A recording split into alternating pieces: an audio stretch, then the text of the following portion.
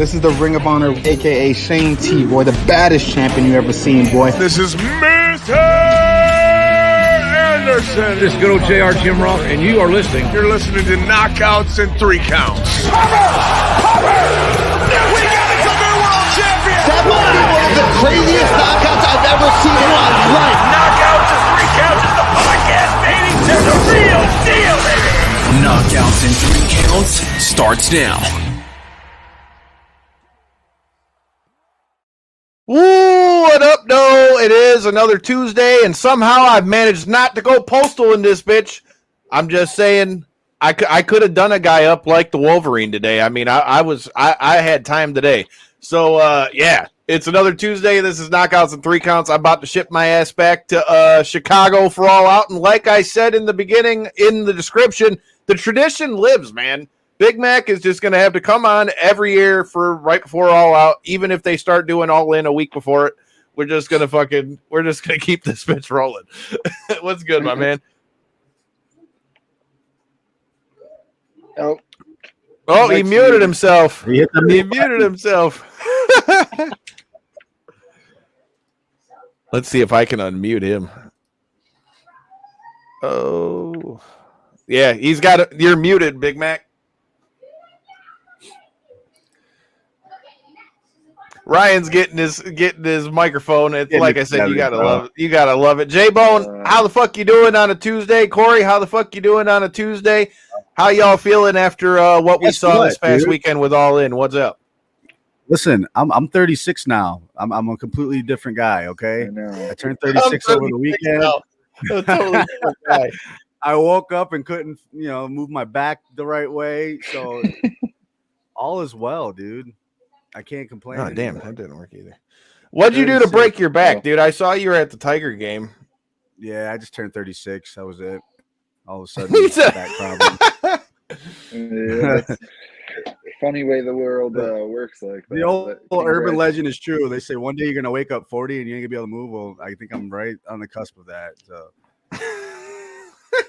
I got a little ways to go before I hit 40, but luckily for me, I got a little bit of ways to go, but I'm only weeks away from 31, so I've already gone into my 30s, but now we're gonna crack into 31. I am not looking forward to that much, but I'm looking forward to All Out this weekend. I'm getting ready to ship out to Chicago and see what's going on with that. We're like I said, we are joined by our guy Ryan McKinnell. He's just getting his audio back together. We'll get him back in here in a second. Corey, how the fuck you doing on a Tuesday, man? I'm doing well, man. Doing well. Got to do some more running around for the old school district. Got to do a couple jobs. He's back! We'll see. We'll see. There it is. I tried taking out the headphone piece, right? And then it must have messed up the microphone that I got over He said, here. "You gonna wear this headphone piece?" Yeah. I don't. It matches the gray that's coming through on my beard. What's up, fellas? Good to see you. Glad the tradition is continuing. Hell yeah. Labor Day time. I'm turning 40 on Sunday. What the fuck? Happy early birthday. Yeah. J-Bone was just talking about turning 36 and shit, man. What's going on? Virgos, baby. Let's go. Right behind you. What's going? I'm not doing anything, man. I am on my best behavior. I got my mom coming out. We're going to grab a meal. That's literally it. Not doing really anything spectacular or anything too crazy. Metallica's playing in Phoenix, like literally on my 40th. I really wanted to go to check that out, but that's not going to to be happening. So I'm going to. What's wrong with you? Damn it! You buy them last day. Come on, man. It's not. Yeah, I mean, I can get tickets. I mean, I can. It's a 5-hour drive. It's mom's going to be in town. Yada yada yada. Maybe I'll ask mom. She took me to my first Metallica concert 27 years ago. So maybe she could take me to this one on Sunday and we can go party. She's like 73? She'd have a fucking blast. Yo, I like it. My mom's still in her 60s, and my mom loves going to concerts. Matter of fact, the first concert I ever went to, RIP to the Silverdome, we went to Warped Tour Silverdome. I remember all the shit was in the parking lot, and I'll never forget till the day I die. Mike Seacock can confirm this whole story. I'll never forget. We went to go see fucking Fall Out Boy, and this chick that was standing in front of us was like trying to live her best life, but she kept knocking into my mom when she was dancing. And my mom gets claustrophobic, which go figure. A concert's a great place for that kind of thing. Yeah. And next thing you know, after about 4 times of this chick like elbowing my mom in the shoulder, she just yanked her up by the ponytail right quick and moved her out the way. And I'm like, oh shit! That's a Silverdome move, though. That's a Detroit move. I remember seeing Metallica kick off. I remember seeing Metallica kick off their Summer Sanitarium tour, which was Linkin Park, Deftones, Metallica, and then a horrible decision. Limp Bizkit was the co-headline, and they got booed mercilessly. But that was July 4th at the Silverdome. That was the only time I had been to the Silverdome, and I don't even know if that might have been the shit the last time I was in Detroit, almost 20 years ago. I don't know, but I love that venue, man. And yeah, I don't know if you're claustrophobic. I don't know if the best thing for you to do is to go to concerts, but hey, live music has a way of bringing you in and making you forget your phobias. You know what I'm saying? You know, it's one of those things, you know, I'm going to just chalk that up to the fact that we were 14 and I don't think they like the idea of us being in a fucking thing with that many motherfuckers an hour away, and I didn't know J-Bone yet, so I couldn't just crash at his house. So it didn't work out that way, but it was an epic ass concert. See, I saw a lot of people on that Warped Tour that you probably ain't going to see no more, and I'm looking forward to this Metallica concert you're talking about, because me and J-Bone, Ring the Motherfucking Bell, are going to be in that bitch. And whoa, shit, your thing just caused a big ass echo. Don't know what the hell happened with that. Now that's next. Now, see, that's that next leg of the tour, right? That's next year or next. No, that's this November. Oh, it's this November? Yeah. Okay. All yeah, right. so night 1 is Pantera and Metallica, and Van Halen's Kid opens it. And then night 2 is Ice Nine Kills, Five Finger, and Metallica. So I am ready to fucking go, dude. Nice. Yeah, that should be a good time. The behemoths, right? Metallica is still going after all these survive years. that. It's oh my god, but they just broke the attendance record for SoFi Stadium. I think they took over they took over Taylor Swift. Well, I mean, it's a new stadium, but you know, Metallica is still packing stadiums, outselling Taylor Swift in 2023. A 60-year-old, you know, that's a big deal. That's a huge deal, man. I mean, for heavy music, they won't even let them play the fucking Super Bowl because they don't put heavy music on the Super Bowl. Like the heaviest the Super Bowl has ever been is like Bruce Springsteen and the Rolling Stones. And due respect to both of them, I like them both, but that ain't heavy music. No, dude, and the fact that they're gonna let them play a different set both nights, dude. Like last time I saw Metallica was in 2017 at Comerica Park, and like ironically, because we just went to go see Avenged Sevenfold again, and go figure, they got rained out again. The same shit happened when I went to see Metallica last time, except it was them and Avenged Sevenfold and Volbeat both got cut, and then Metallica said fuck it all and just played for 4 hours straight, rain and all. And that's dude. Cool. Fuck yeah, that was a hell of a concert. And they do stuff like that, man. They didn't give a shit, dude. So a few years ago, they were similar to what they're doing now. Different set list every single night. 2 nights. They did Aftershock. They had done this S&M 2 nights that I had went to. They did their 40th anniversary shows, which again were different sets. But I remember their 30th anniversary shows were back in 2011 at the Fillmore. You had to put a contest in to win through their fan club at the time, and I did win. And the tickets were $5, and they had like Glenn Danzig stop by and Apocalyptica and Rob Halford from Judas Priest. They didn't start till like midnight every night. Went till like 2:30 in the morning. Brought up fans to jam with them. Like, I mean, I know there's a lot of opinions on Metallica, and they're old, and they're this, and they're that, and they cut their hair back in the '90s, and people lost their shit, and they went after Napster, and people lost their shit. But they've been relevant for people to lose their shit. For people who were losing their shit when they wrote Fade to Black in 1985. People would go to the front row and turn their back on them because their diehard fans in 85 were like, fuck this, Metallica doesn't make this type of music. That was Fade to Black, one of their unquestionably their best songs. So, yeah. Yeah, dude, I'm really looking forward to this one. This one's going to be for the record books. Like you and I have talked about, that was my dad's all-time favorite. So then when you add Pantera with it, dude, like it's going to be fucking gnarly. And shout out to our guy, Chris Kale from Five Finger Death Punch. When you get into town, I got some barbecue with your name on it. But with that being said, talking about historic things and things that packed a lot of people into a stadium, holy shit. We're coming off of AEW All In. I got to say, I got to give credit where it's due. 81,000 is 81,000. That place was loud as fuck. Yeah. And honestly, I was really interested going into it to see what they were going to do. Whoa. What the hell?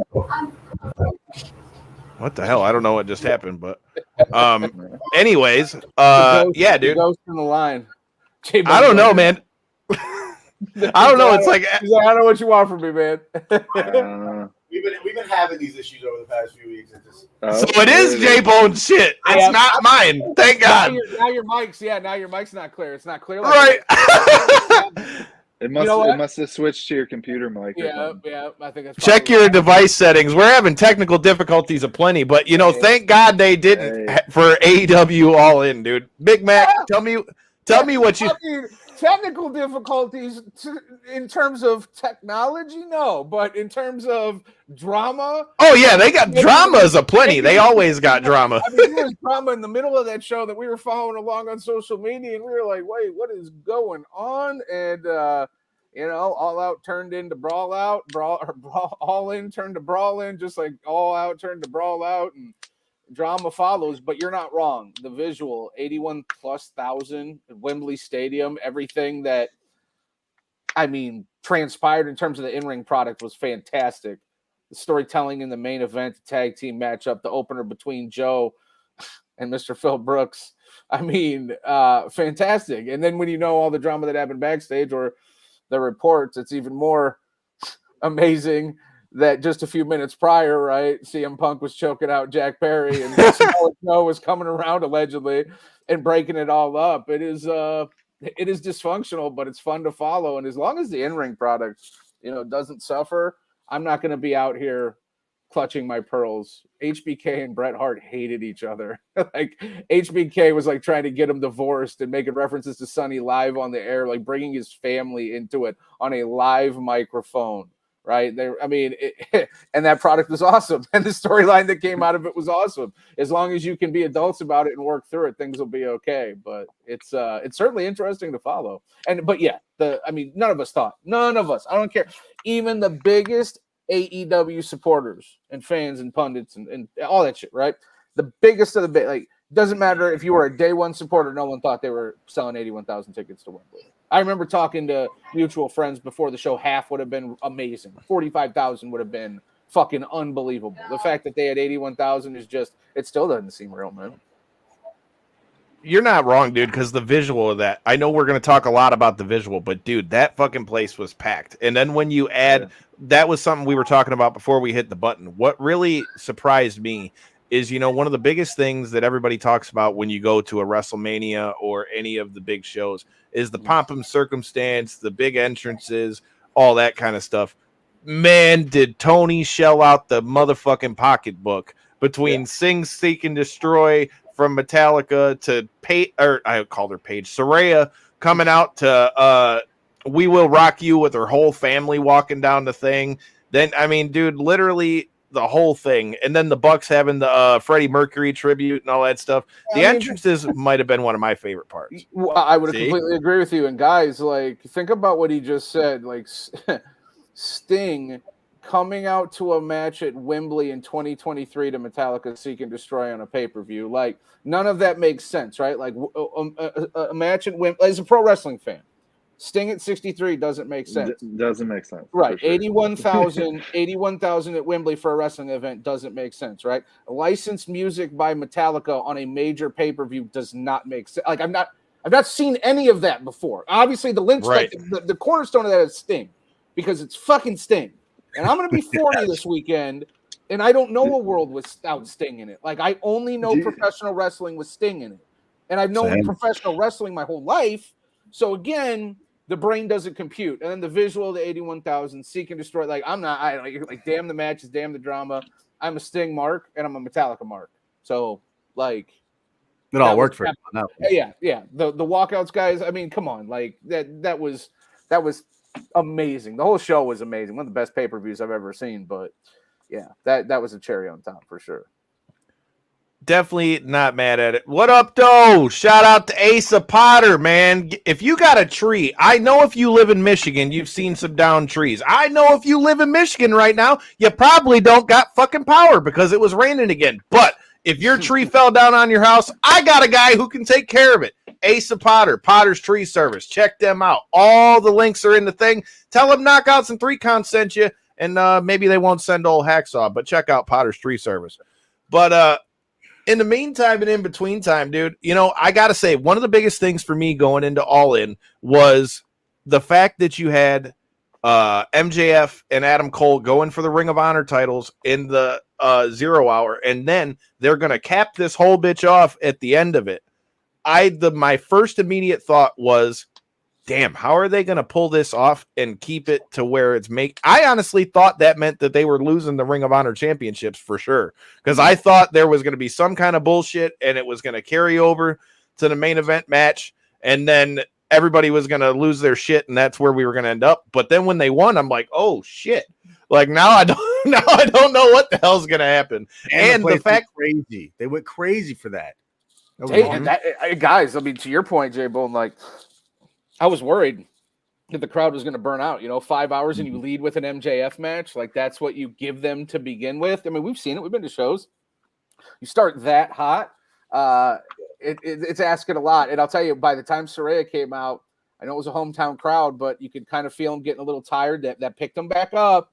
But it just goes to show you, even a London crowd that was beyond hyped and like on steroids for this event, even they can get a little, at 5 hours again, it can be a little bit much. But they, to their credit, they never really had a down period. They never really let off the pedal, and it started, to your point, with MJF and Cole coming out there and bookending the night, starting the night and ending the night. I mean, MJF is really, how highly I think MJF, and we've talked about it here before.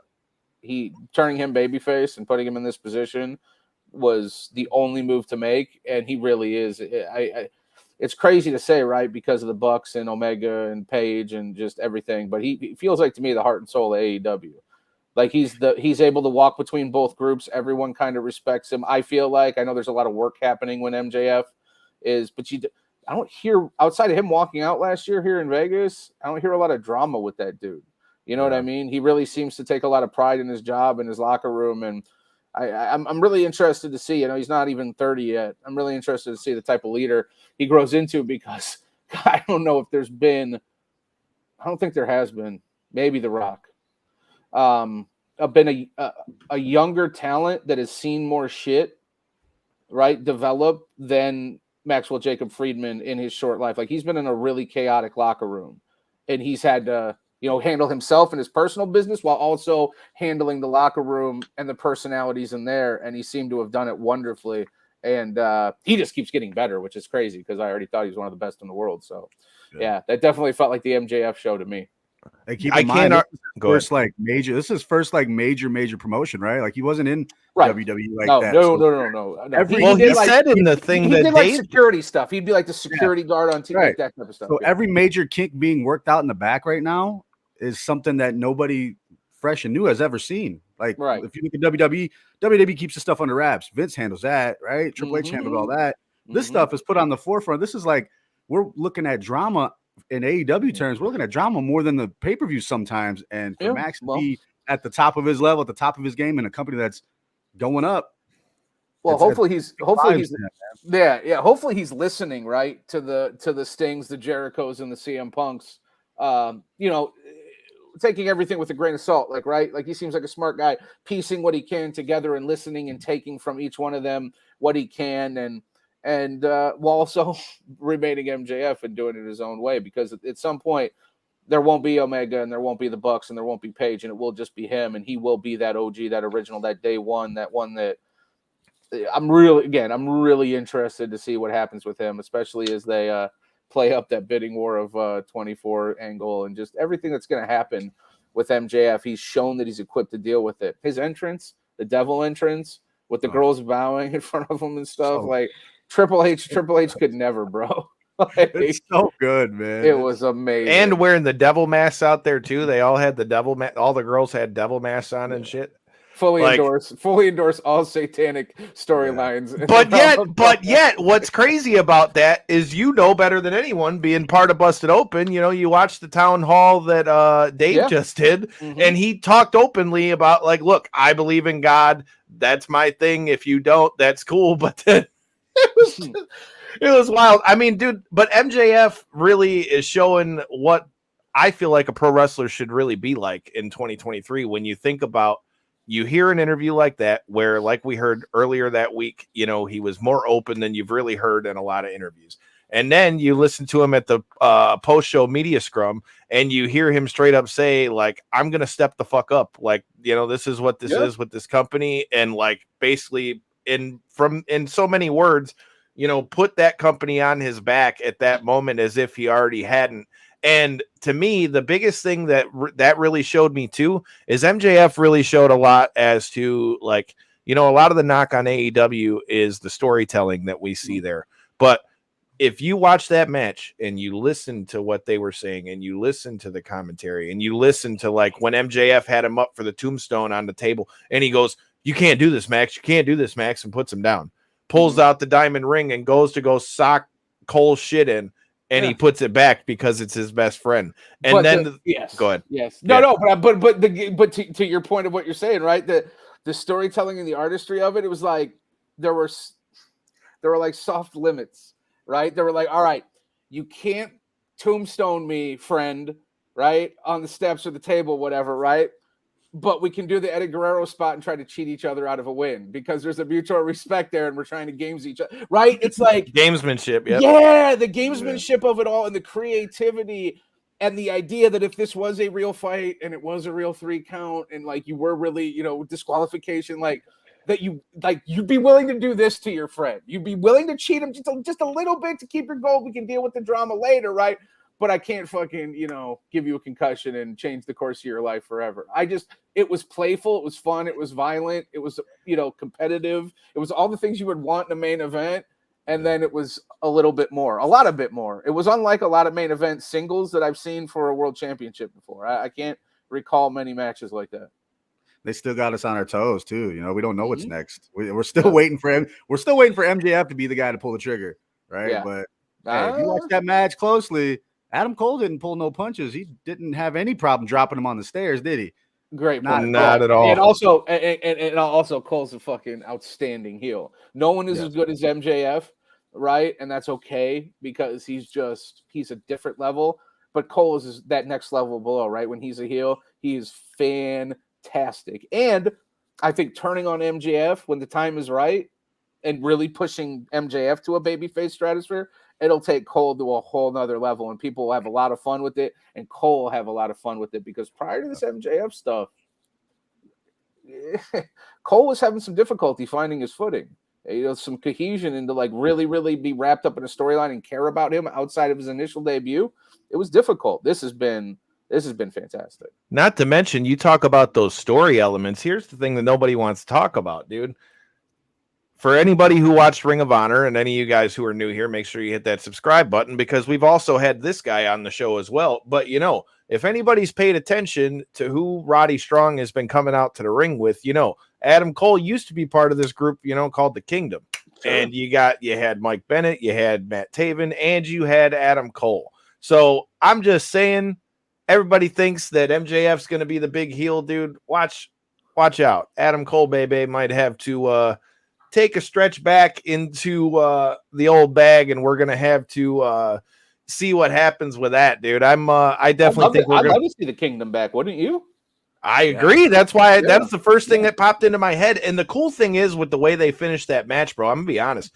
At first, when they got to the part again where it got to a draw and it was gonna be they were calling for the 5 more minutes, I was like, these motherfuckers are gonna do a dusty finish with all out the next week. I was like, they're gonna do a fucking dusty finish. I was like, here it comes.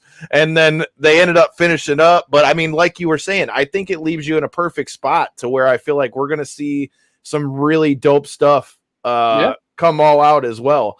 Another thing I got to ask your opinion on, because it's one of the things that I said that I very much so enjoyed from All Out, was I gotta say, I obviously was a big Paige fan in WWE, but I gotta say, her coming out to the ring with her whole family, having Will Rock You playing while they do it, and then for her to win the championship. I'm gonna be honest, you always lose in your hometown. I really thought she was probably going to lose somehow. And the way they tied in her mom getting decked in the front row and Paige, God damn it, I keep calling her Paige. Saraya, getting pissed like, yo, you just decked my mom and yanking Tony Storm up by the hair. I think that's the end of the Outcast. But tell me, what did you think about the women's championship match? And what do you think of the big title win for Saraya?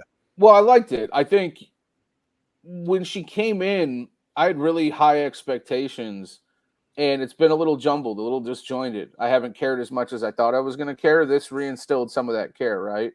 This kind of set the ship, set the course, I should say, and got things straightened out. I feel like the moment was massive. To me, it was all about the Freddie Mercury walkout at Wembley, her, coming back after all these years to that stadium, her being a little girl dreaming of, I don't even know, like, you don't even dream of that if you're a girl in England, a girl anywhere. Like, I'm gonna go to Allegiant Stadium and main event of pro wrestling. I'm gonna go to WrestleMania, and All Elite Wrestling obviously didn't exist back then. So I don't even know if she grew up even dreaming of that.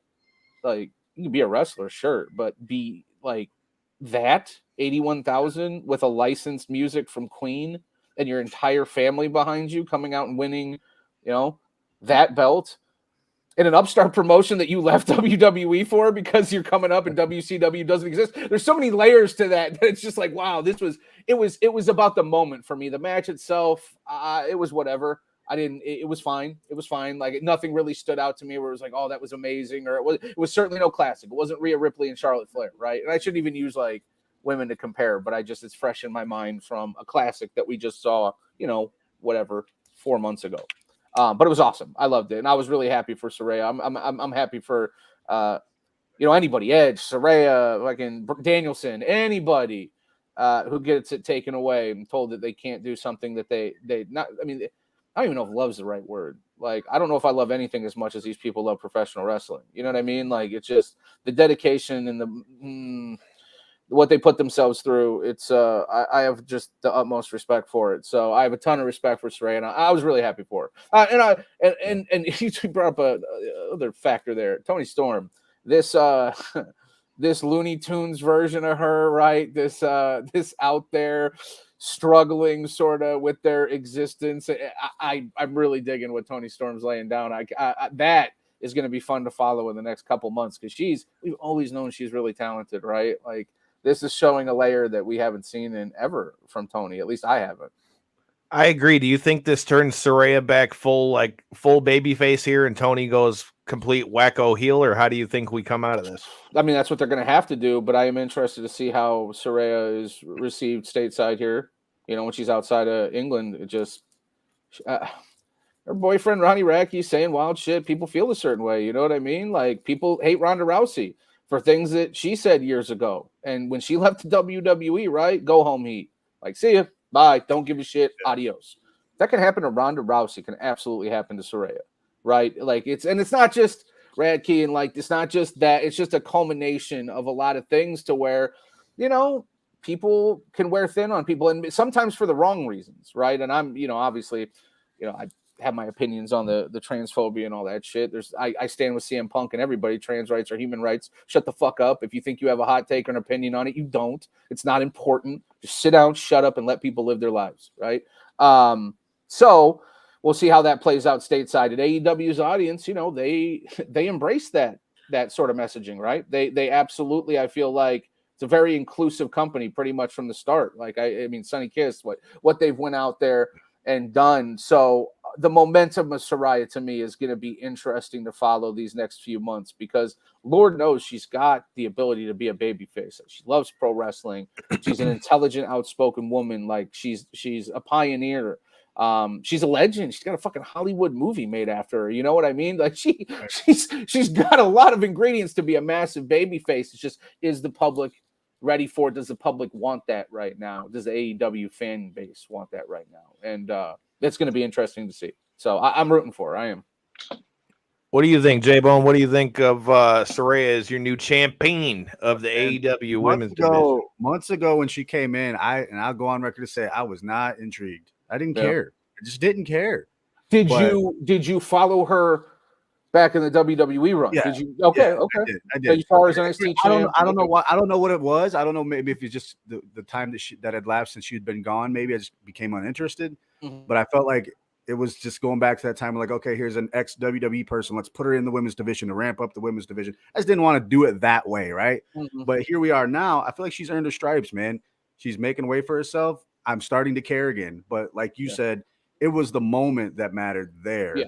It's gonna depend on what happens in the States, because majority that's where you're gonna be. And that's where you're gonna cut your teeth. Is it gonna work? We're gonna find out. But due to that moment, I am interested, and I hope she does well. Shit, I think if AEW is smart, for as much as they've talked about it too, if you are going to try to go the route of having Saraya be the babyface, all this talk about bringing her brother in, and like you said, the movie and all this stuff. I mean, you've got, like you said, the perfect storm for all that to play out. I think if AEW was smart, I think they'd pull on the heartstrings, try to tie in, at least if they want her to be the babyface champion. You know, like have them tie into that, have them, you know, play the story of her family, especially having them all walk out. I feel like that's kind of got to be the way it's going to go, because I mean, it's obvious that inevitably the outcasts are no more. So you got to see, we already know you got Tony here and you got Saraya here. Well, we got to figure out where Ruby's going to play out, because you can't forget she came out there and stopped her in the middle of the match. Hey, her neck. Yeah. So you got to see how all that's going to play out. I think it's clear who's going babyface and who's going heel. But one of the most intriguing things about the end of this Outcast story might be, where does Ruby Riot's, God damn it, I keep calling them their old names. Jesus Christ. Dude, this is what happens when you come over from WWE for years, dude. I can't even help it.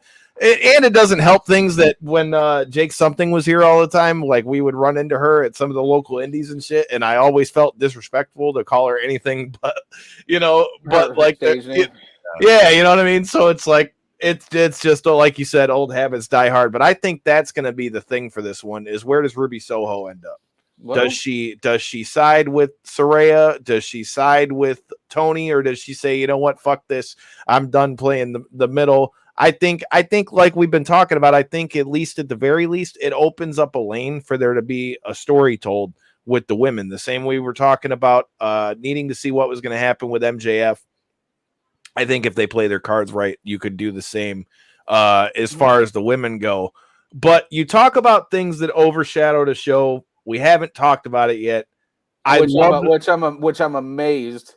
Like any show that is doing anything on pro wrestling, right? And it is kind of a bummer, right?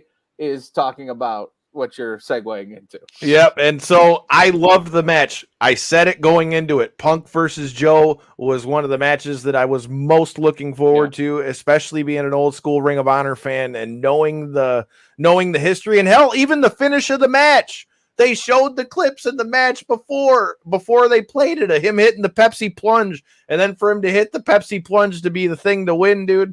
I loved the match, but then, like we talked about, son of a bitch, CM Punk has started some shit again, and now this time it looks like it. Did he though? Did he? I mean, his name's always in the middle of the shit, whether he started it or he didn't. Sure. Here's the thing, like, he's petty. We all understand that, right? He is petty, he's aggressive, and he doesn't really talk out of both sides of his mouth. He said after his press conference a year ago at All Out, he said, if you have a problem with me, I'm not hard to find, come and see me. They did. They got in a fight.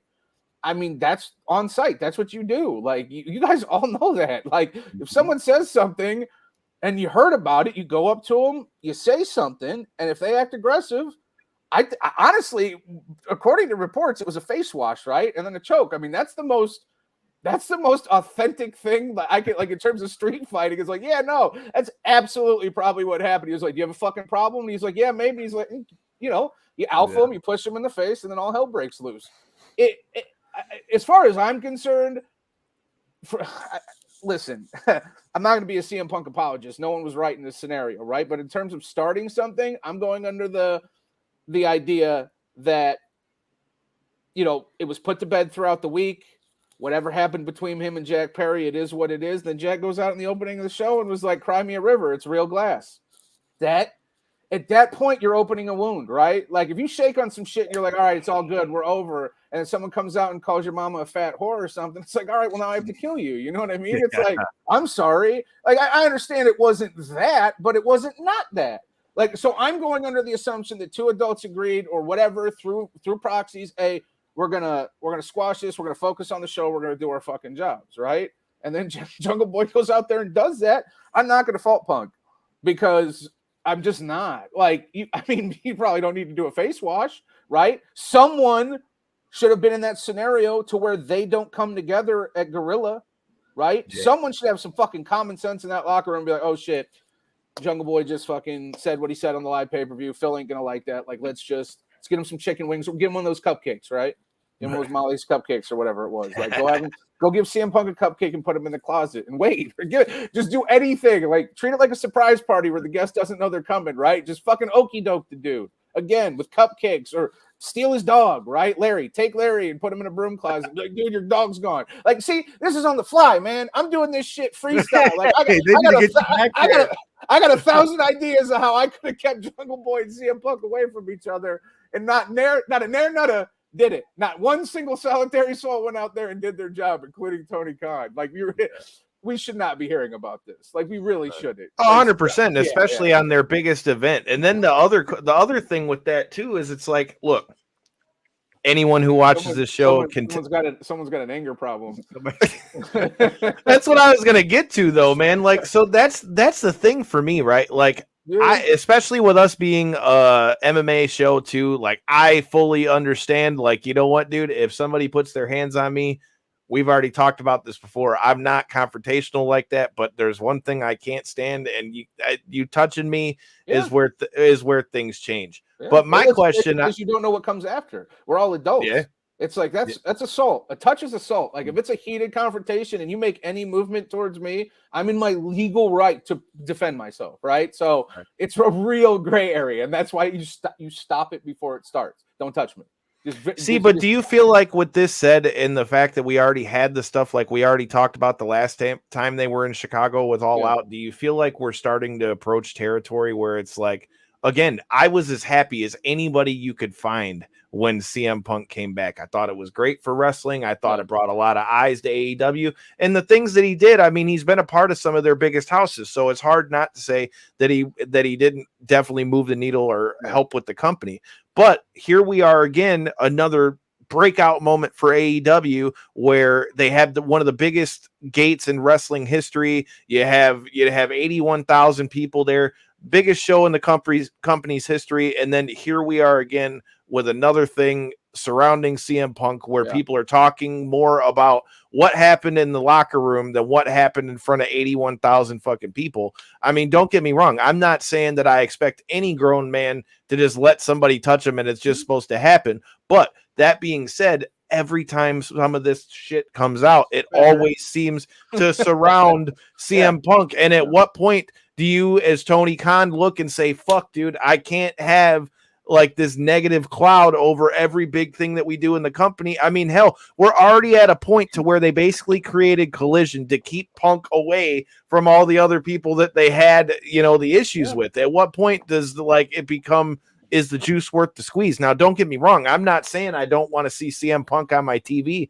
but fuck, if every pay-per-view we have, it's going to turn into a fucking World War III brawl, at what point does that become a problem to the company? And then there's the other side of that question of how much of the blame for this shit goes on Jungle Boy.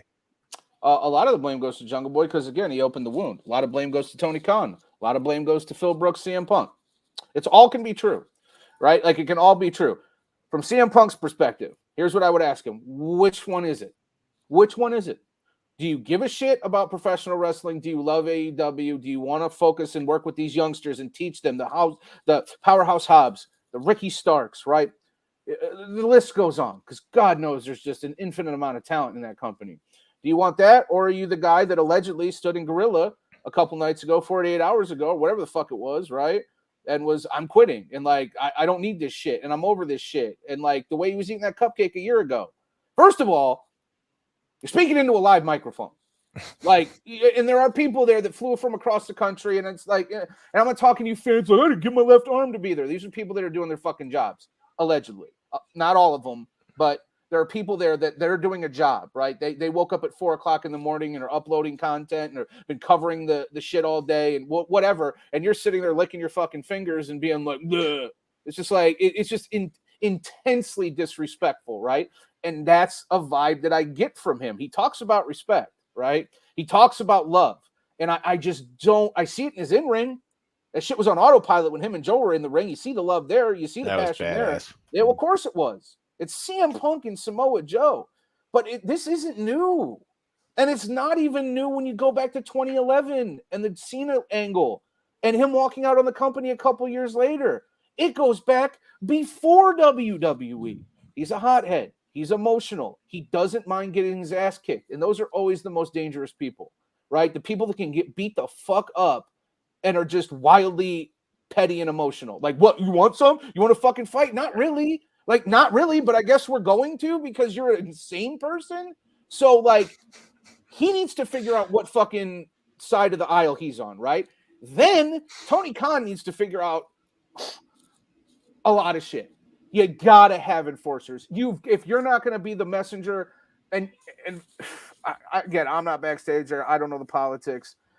Somebody, Danielson, somebody has to be an intermediary because CM Punk, and not just CM Punk, no wrestler can be in control of any show. CM Punk cannot be in control of Collision. You can acquiesce, you can do things that ease the tension and smooth the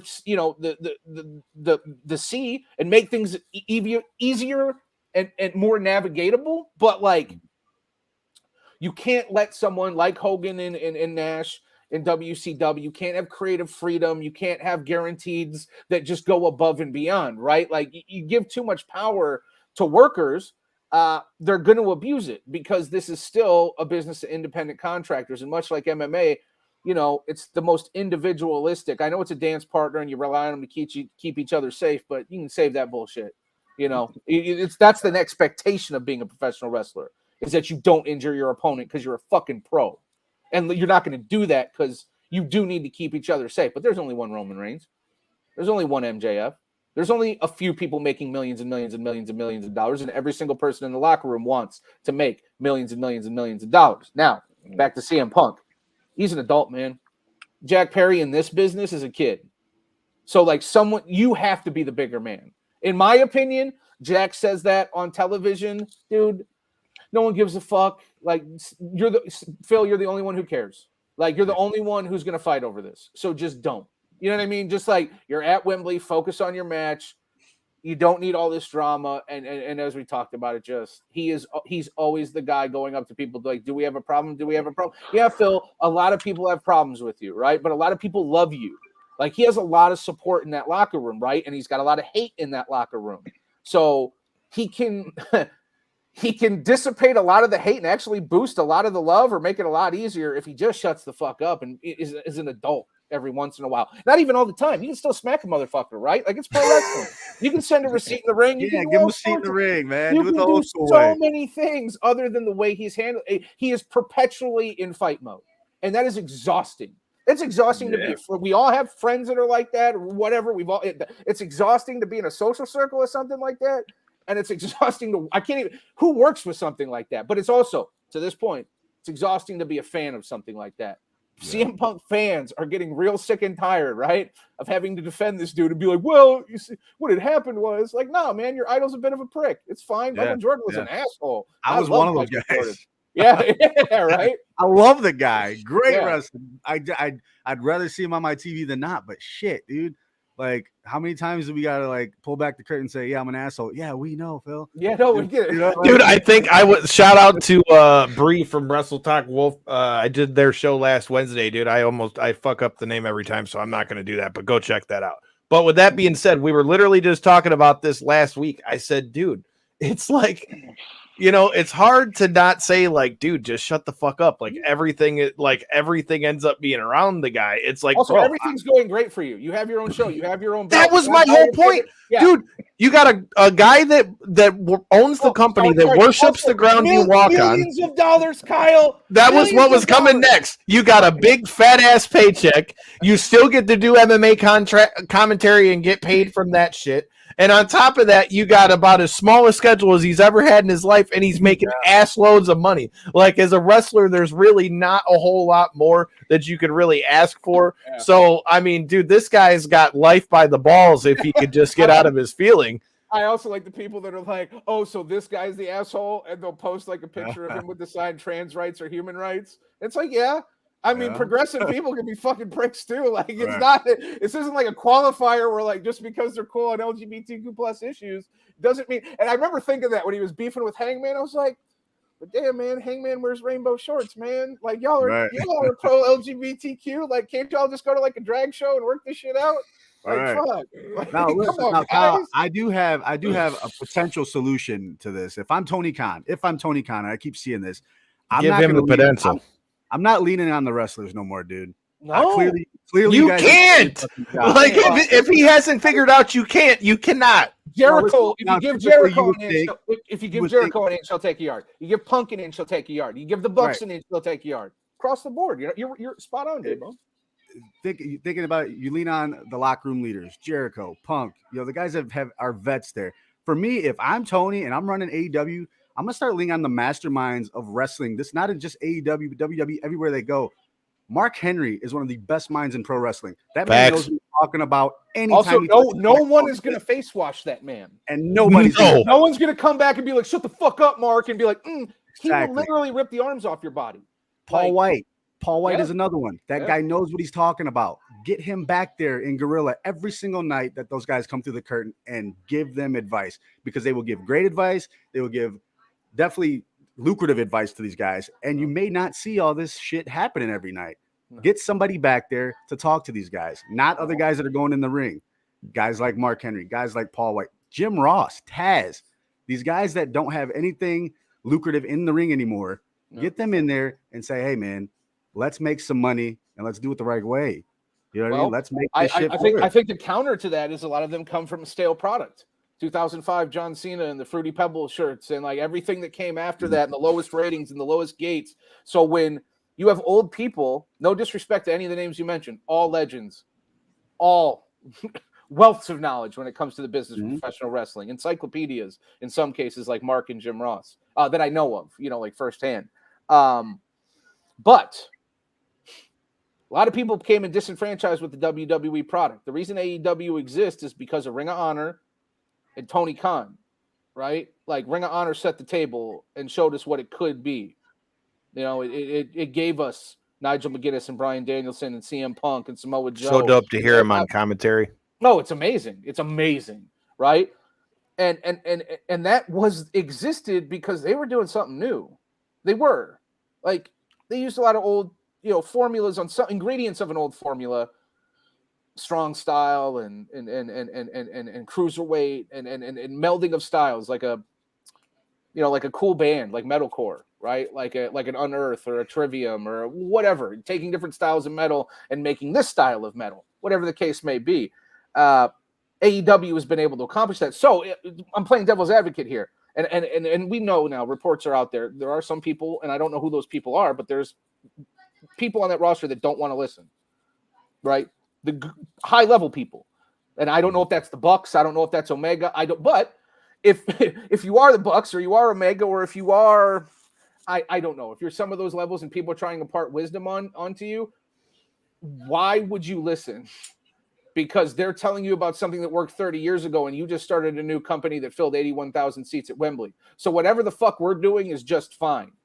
You're the reason that things were declining, over the last 15 years, and why we were able to step up and even make this company happen is because your way of looking at professional wrestling is passé.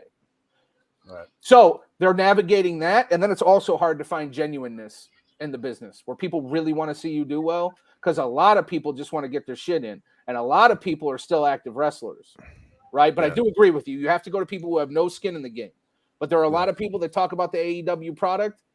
And I saw this as soon as AEW became a thing, because that's basically when I started it, Busted Open, about 5 years ago, right? Started as a fill-in and the weekend host and yada, yada, yada. The rest is history, sort of, right? As they say. It was like blood in the water. You could see the sharks swimming and people angling and people talking in certain ways. You're like, you don't actually believe that. Why are you saying? So again, it's just I remember this is something Bully Ray told me on the air a couple of years ago, and he was just like, "You're excited." He's like, "I get it." You know, he always plays into that. He likes that I'm a fan and I have that passion, right? But he always is good at leveling that off. He's like, egos will get involved. He's like, drama will happen. And he's like, I was like, really? You think that? He's like, this early? He's like, it's not a question. He's like, it's just a matter of when it will happen. And he's how soon it will happen. And this is before they had their first event. This is before Dynamite ever hit nightly. This was like when they were talking, okay, this is about to happen. Here's what we can expect. And then him, ECW, obviously WWF, like everything that he's seen in the locker rooms that he's been in. I have to admit, I didn't roll my eyes, but I was like, you know, give him a chance. Like, come on, dude, it's a new era. Like Hangman Page and CM Punk have rainbow trunks. Like everyone's super accepting and everything's happy. Holy shit, was I wrong? Yeah. Well, with that said, dude, tell me, another one of the matches that was a big stick out match on All In, which is obviously going to play into what we're going to see at All Out, which we'll get into what's announced and what we think we could see out of All Out here in a second. But, one of the biggest matches that I was looking forward to, you mentioned, Jericho and those guys. Jericho and Ospreay absolutely fucking killed it. Mm-hmm. And then the Bucks and FTR, man, I'm not gonna lie, with all the stuff that was going into it, like with the gun charge that Cash caught and all that stuff, I was like, man, there's a good chance these motherfuckers might be losing the belts over here. Like, it's kind of what I was wondering going into it, just based upon all the stuff that was going on. But dude, they got out there and put on a fucking banger. And I feel like Jericho and Ospreay lived up to everything I could have hoped for. That match surprised me. And I say that because of Chris Jericho. Like, heading into that, I wasn't sure what to expect. I didn't know what Jericho was going to be able to do with Ospreay. I didn't have any worries about Ospreay. Like, Ospreay is the best wrestler in the world. If he's not, he's top 3. And I don't even think that's debatable. But to see Jericho come out and treat him with that respect, like, because Jericho's not anymore. But there was at one point Jericho was, right? So it felt like a meeting of 2 generations, and Jericho gave absolutely everything that he possibly could. I do not think Jericho at this age can have a better match than he had with Will Ospreay. So it was really cool to see him, that transition, what was it, the sunset flip deal that he turned into the lion tamer there. Yeah.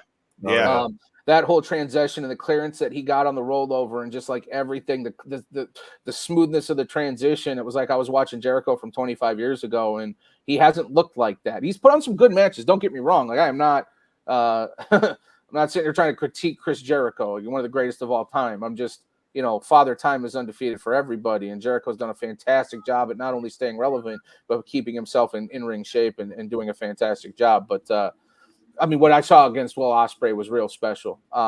Give me 1 second. I'm going to be right back. I gotta take care of this little technical issue. And yes, you tell each other what you thought about Chris Jericho. Hell yeah. Yeah. J-Bone, what about you, bro? You got to tell me, what do you think FTR and the Bucks, and what do you think of Kenny and Jericho? And where do you think, with all this stuff that we've got, that we've mentioned here, where does that leave us as we go into AEW All Out? Oh man, like Ryan was saying, man, Jericho, to see Jericho perform on that level, you almost, like, you're not really surprised, right? It's Jericho, one of the GOATs. But just to see him have that particular style of match with, quote unquote, arguably the best wrestler in the world right now, that just speaks volumes to his legacy and his work, right? Especially at Wembley. Great shit from Jericho. But going into the next pay-per-view, like, what do we got here? Like, I do know we got, what is it? Only thing that they have on the Darby and Luchasaurus, right? Was that announced? Did I see that? Yeah, on Twitter? I'm gonna put it up here on the screen here in a second. Yep, that's gonna be awesome. I'm looking forward to that. Me and you always talk about how good Luchasaurus is, man, and obviously what Darby has done. So that's gonna be a banger. But as far as like a main event, we don't have anything announced as of now, do we? No, but yeah, they'll get it. What do you? I mean, guys, they're gonna announce it on. So here's the only matches that they have up as of right now. You've got Orange Cassidy or Penta because they got to face each other on Wednesday versus John Moxley for the international title. Mm-hmm. You got Luchasaurus with Christian Cage versus Darby Allin for the TNT title. Chris Statlander versus Ruby Soho for the TBS title, which I've really liked a lot of the promo stuff going into that one. Omega versus Takeshita, which son of a bitch, that's going to be a banger. And then you've got Miro versus Powerhouse Hobbs. Okay. So I mean, potentially right now, what would be looking at? Like, would you guys be completely upset with a quick return of MJF and Cole just to run it back real fast? I don't think we're gonna get singles with them. I think we're gonna tag match with them. I think I think the AEW championship, my feeling was the Real World's championship was maybe going to be defended by CM Punk in his hometown, and then MJF and Cole would kind of continue their story through the tag team championships, and maybe Punk would close the show with a surprise announcement on Wednesday, something like that. Because the tickets are already sold at Chicago. Everyone who bought tickets to that is expecting to see CM Punk, and once again, they might not be. So I'm interested in the pivoting and what is happening over these next couple days, right? Well, obviously today's Tuesday, so tomorrow, I think we're going to find out everything we need to know tomorrow. I don't think they hold off till Friday or Saturday, but yeah, it's going to be interesting. I just, if you're not having Punk, which I don't think they're going to have Punk now, right? Because they said they're both suspended. Yeah, right. Right. So you have to have MJF on the card, and to have MJF on the card, I think the only way you can logically make that happen, right, is have they got to defend the titles. Yeah. Not the singles, because it's the tag titles. Right. After what we saw on Saturday, I don't know. But maybe we'll get that heel turn. Like that's the flip side. Wednesday, if they do it really well, and I don't know how, but if they do it really well and Cole turns on MJF and you keep him off TV until Sunday night, right?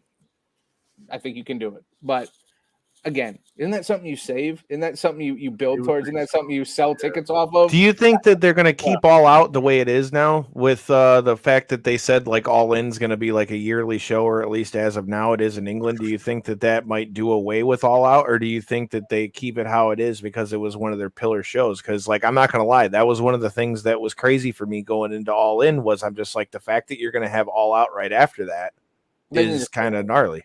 They need to figure it out. Then they announced that the Antonio Inoki show that's running so close. Wrestle Dream. Yeah, Wrestle Dream.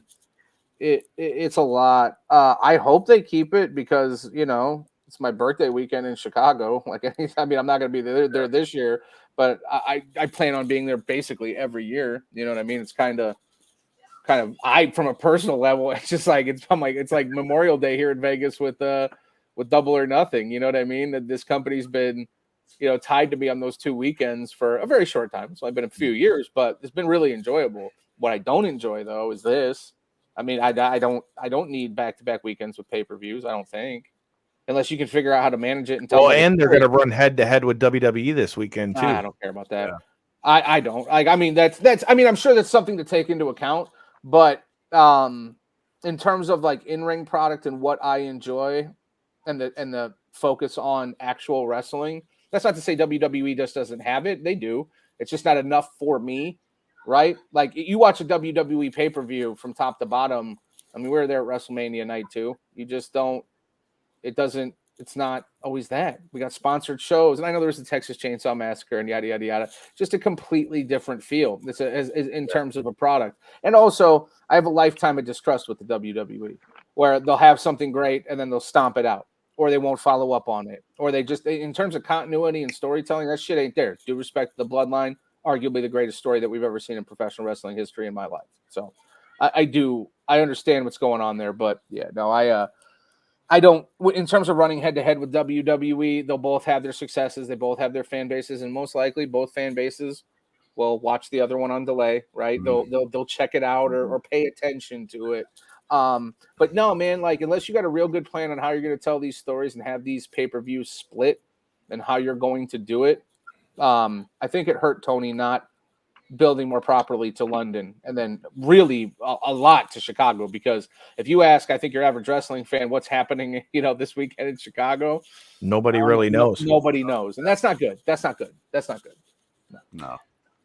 I know I'm looking forward to getting to Chicago. For any of you guys who've been checking us out, shout out to Fightful for putting clips of that show in there. I'll be down there with old Darren McCarty. Going to go check out Circle 6, see if Tommy Vendetta survives at Circle 6, sickest of the six. I see a deathmatch tournament on that one. I see Matt Tremont on that one. I see a lot of crazy shit going down at Circle 6, so that's going to happen before that. We've pretty much covered most of the wrestling stuff. I'm looking forward to getting there for All Out. I loved All In. We also had Impact Emergence, which was a pretty good show as well. Shout out to your guy Bully Ray. You just talked about him. He was in the main event in the 8-man tag. I'm loving what we're seeing there. But I know that you get down on the MMA side of things. Sirius XM does not only the wrestling thing. You're getting down MMA today, helping out our guy, past guest of the show, Jimmy Smith. I pays attention. With that being said, Corey, you've been finger fucking whatever you got going on over there. Tell me what hell. He's like, Corey's like, you didn't talk to me, man. He's like, I'm sitting here waiting to be asked a question. The fuck's the matter? It's all right. I'll be your advocate, Corey. I got you, homie. You know where my heart lies. And we are now in the MMA spectrum of this show. Go. So that being said, I might as well get my mouth working now, huh? That being said, Korean Zombie, man. I know he wasn't the winner on the weekend, but that retirement it really left a lot to. It really meant a lot to all the fans watching. I know with the early card and stuff like that, I don't know how many people were able to watch it at least live. Bullshit, they were all watching. Hopefully, a lot of people at least got back to it on the replay or whatever the case be. Yeah. I know Twitter was going crazy for it, but I mean, shout out Korean Zombie, amazing career. For somebody like me, he really is just to see as much as he meant to the sport in the Asian market, and to see every time they would go anywhere near there, he was the headliner, and for good reason. He would always bring the fight, win or lose. It was always it was the definition of the entertainment factor in fights while also being at the highest level. So shout out Korean Zombie. I know he was a little disappointed in never, claiming the championship. I think maybe if the whole Korean Army thing didn't get in his way, if he would have had that time to continue to improve his skills, maybe he would have had that gold belt around his waist. That being said, it was a really great performance from him on Saturday. I know it was in defeat, but he went out there and he showed his heart 110%. You could, from a breakdown perspective, I guess you could say, you could tell he seemed like he realized he was getting picked apart trying to play it smart. So he went in there and just tried to rush and maybe I'll catch Holloway. Unfortunately, he went for it. That's the thing that I liked. And he went for it the whole time. At the end, yes, when he got starched, he went for it. But throughout the entirety of that fight, he had Max reset. Yeah. Max has never been knocked down. Knocked out. Yep. Max doesn't get touched in terms of get put on wobbly street, right? Like he doesn't ever get none of that ever happens to him.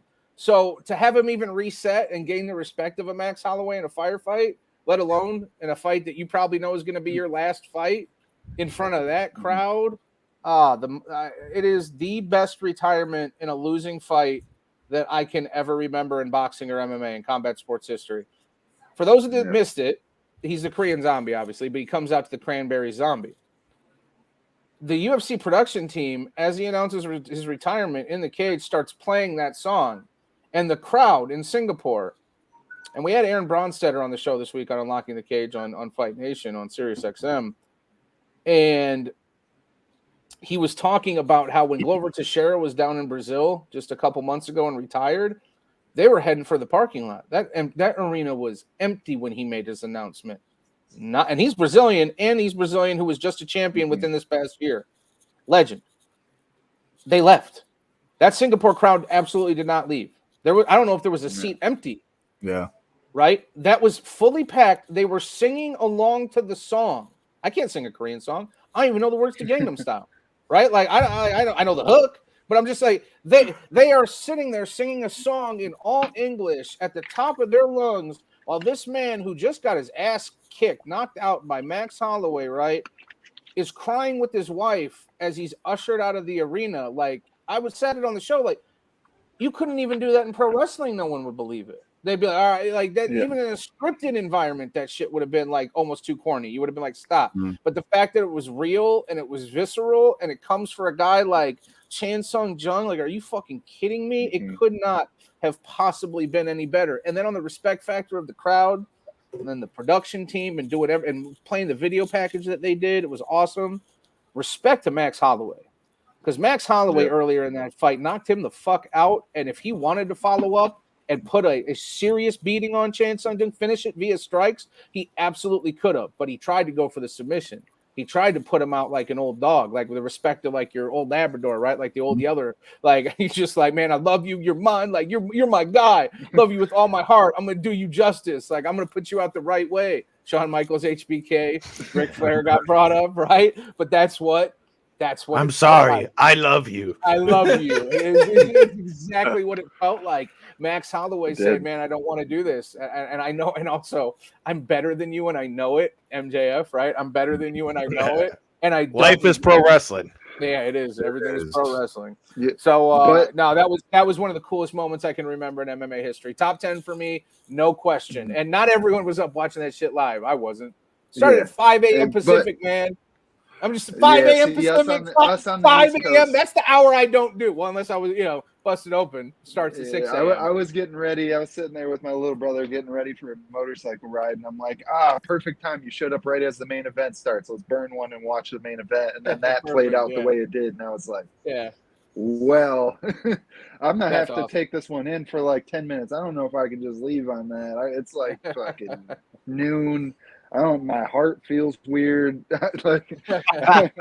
But beyond that too, for Max Holloway to get it done with everything going on in Maui right now and stuff, and everything that he had on his back as well, you could tell he was feeling the pressure going into this fight. And yet again, I know, most of the media, us included and stuff, that Max, like you said, is statistically the better fighter. He was getting touched a little bit in there, and he was definitely feeling that pressure in the first round, Yeah. Before he clipped him in the second, to your point, and almost got that finish, he definitely felt a Korean Zombie fight. He wasn't just in there, 100% his direction.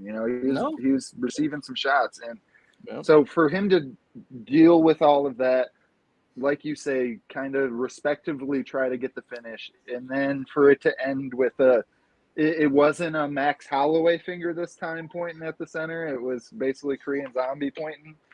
And, it was an awesome way to end the night out there, at least. Yeah. And his career, because as you said, signature Korean Zombie from front to back. He made it a fight with Max Holloway, who's one of the best to ever do it. So, like, he didn't go out like a punk. He didn't go out like Chuck Liddell and Tito Ortiz 3 and whatever that abomination was a few years ago. Like, you never want your last fight to be an embarrassment, man. Like, you just don't. And a lot of fights in boxing and MMA, right? They're just straight up embarrassing. You're just like, I feel dirty watching this.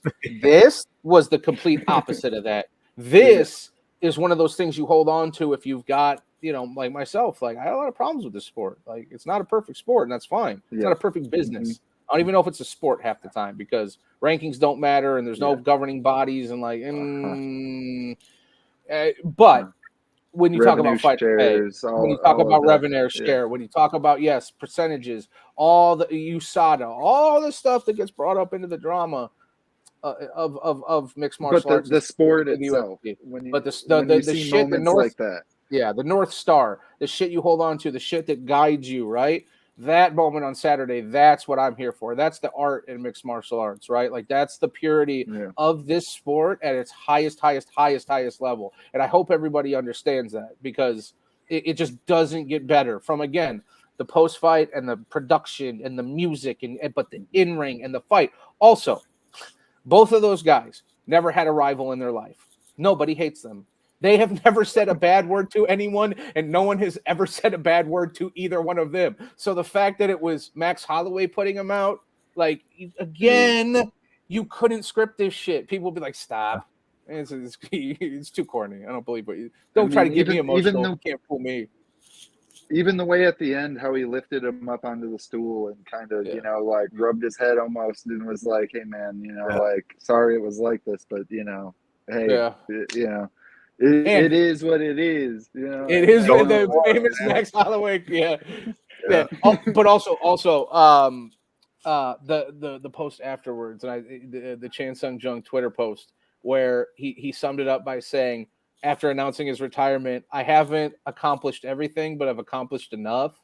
Like, that is a contentness I think everyone should strive for, like, in their life, right? Because you're never going to get it all. You're never going to do everything you wanted to do or you thought you were going to do or what. Just be if you're working a 9 to 5, right, and you're grinding and you're a server, your service industry or whatever the case may be, right?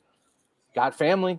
Got a brother and a sister, a niece and a nephew, a mom and a dad. If you don't have that, you got friends, right? Like you find your pockets in life. Like, no, I don't have everything. I didn't accomplish everything, right? But I have enough and I accomplished enough. That can be relatable to the poorest of the poor, the richest of the rich, because there's a lot of rich people that can't find that solace and find that content, right? So I was amazed at the not amazed. I mean, it's Korean Zombies. It's the reason we all love the dude, right? I was very happy to see, after all that, the fight, the pomp and circumstance, the song, the crying, all that shit. He goes to Twitter and he leaves us with just one more banger of a nugget to kind of, you know, guide us on our way as fans and as, you know, human beings on this planet. He literally is both of them, Max Holloway and Chan Sung Jung. They're the best that MMA has to offer. There's nothing better than those two. That leads right into what I was going to ask you about too. I mean, because with that said, I mean, we're kind of pretty much backed into another situation because of the state of the 145-pound division where Holloway pretty much has the option. Do you just sit and wait for a title shot, which nobody could really argue that there's no one in that division who could deserve a title shot more than Max, other than the fact that Max, you know, has already lost 3 times to Volk. But I mean, to me, you know, I was listening to Jimmy talk about it today. Like, to be honest, where else do you really go with him at that point? Unless he's going to, which he already said he can't go down to 35, or I'm sure he probably would already tried that. We know 55 didn't work out. So, I mean, really, he's going to keep cleaning out the fucking division at 45 until they decide if they're going to give him Volk again. I mean, that's the only thing that really makes any sense to me. I mean, what say you? What do you think's next for the Blessed Express? Well, in the history of MMA, I can't say I've ever liked the idea of someone who's ever 0-3 at that level against somebody to even get to 0-3. But no one's ever going to get to 0-4. Like, that's not even a reality. So it's not ever something I've had to think about. Like, that this guy only loses to this, and they're going to have to fight 4 times. It just doesn't make sense. It just, what Max Holloway's able to do is so impressive. And obviously Volkanovski's the other side of that. He doesn't lose. He's still there. So I don't want to see it next. I think it's an inevitability because I just think Max Holloway is just going to beat everyone. He's proven that. He just beats everyone who's not Volkanovski. So what are we doing here? Like, it's a bit of an unfortunate situation, but you do have Ilya Topuria waiting in the wings. I mean, he's obviously, I think, going to get the next shot at Volk. He should. Yeah. Someone called into the show yesterday at Unlocking the Cage when I was filling in for Jimmy, and they suggested Aljamain Sterling and Max. Yeah. I don't hate it from a super, because Aljamain's. I don't hate that either. Yeah, Aljamain's coming off a loss, so it makes sense. Like, if Aljo was coming off a win and champion, well then no, he can't fight Max because it would be Volk. Like, it just.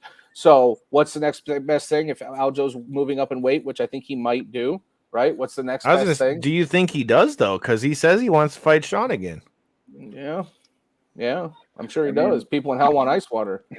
You know what I mean? Like, the UFC doesn't like Aljamain Sterling, and you can argue with me, but no, there ain't nothing to argue. Yeah, it's just like they won't ever say that. Well, yeah, right. They won't ever say that. They won't ever, Dana White won't ever confirm that. Yeah, Dana won't ever disparage him like that. But you can just see with what did he say after his last title defense? I'll do anything. I just don't want to fight in Boston, and I don't think O'Malley deserves it. What does he get? He gets O'Malley in Boston. And then he lost in the worst possible way. He got knocked the fuck out. Aldo never got his rematch with McGregor. You know, Aljo might never get his rematch with O'Malley because O'Malley might take Cheeto. Then O'Malley might take Marab.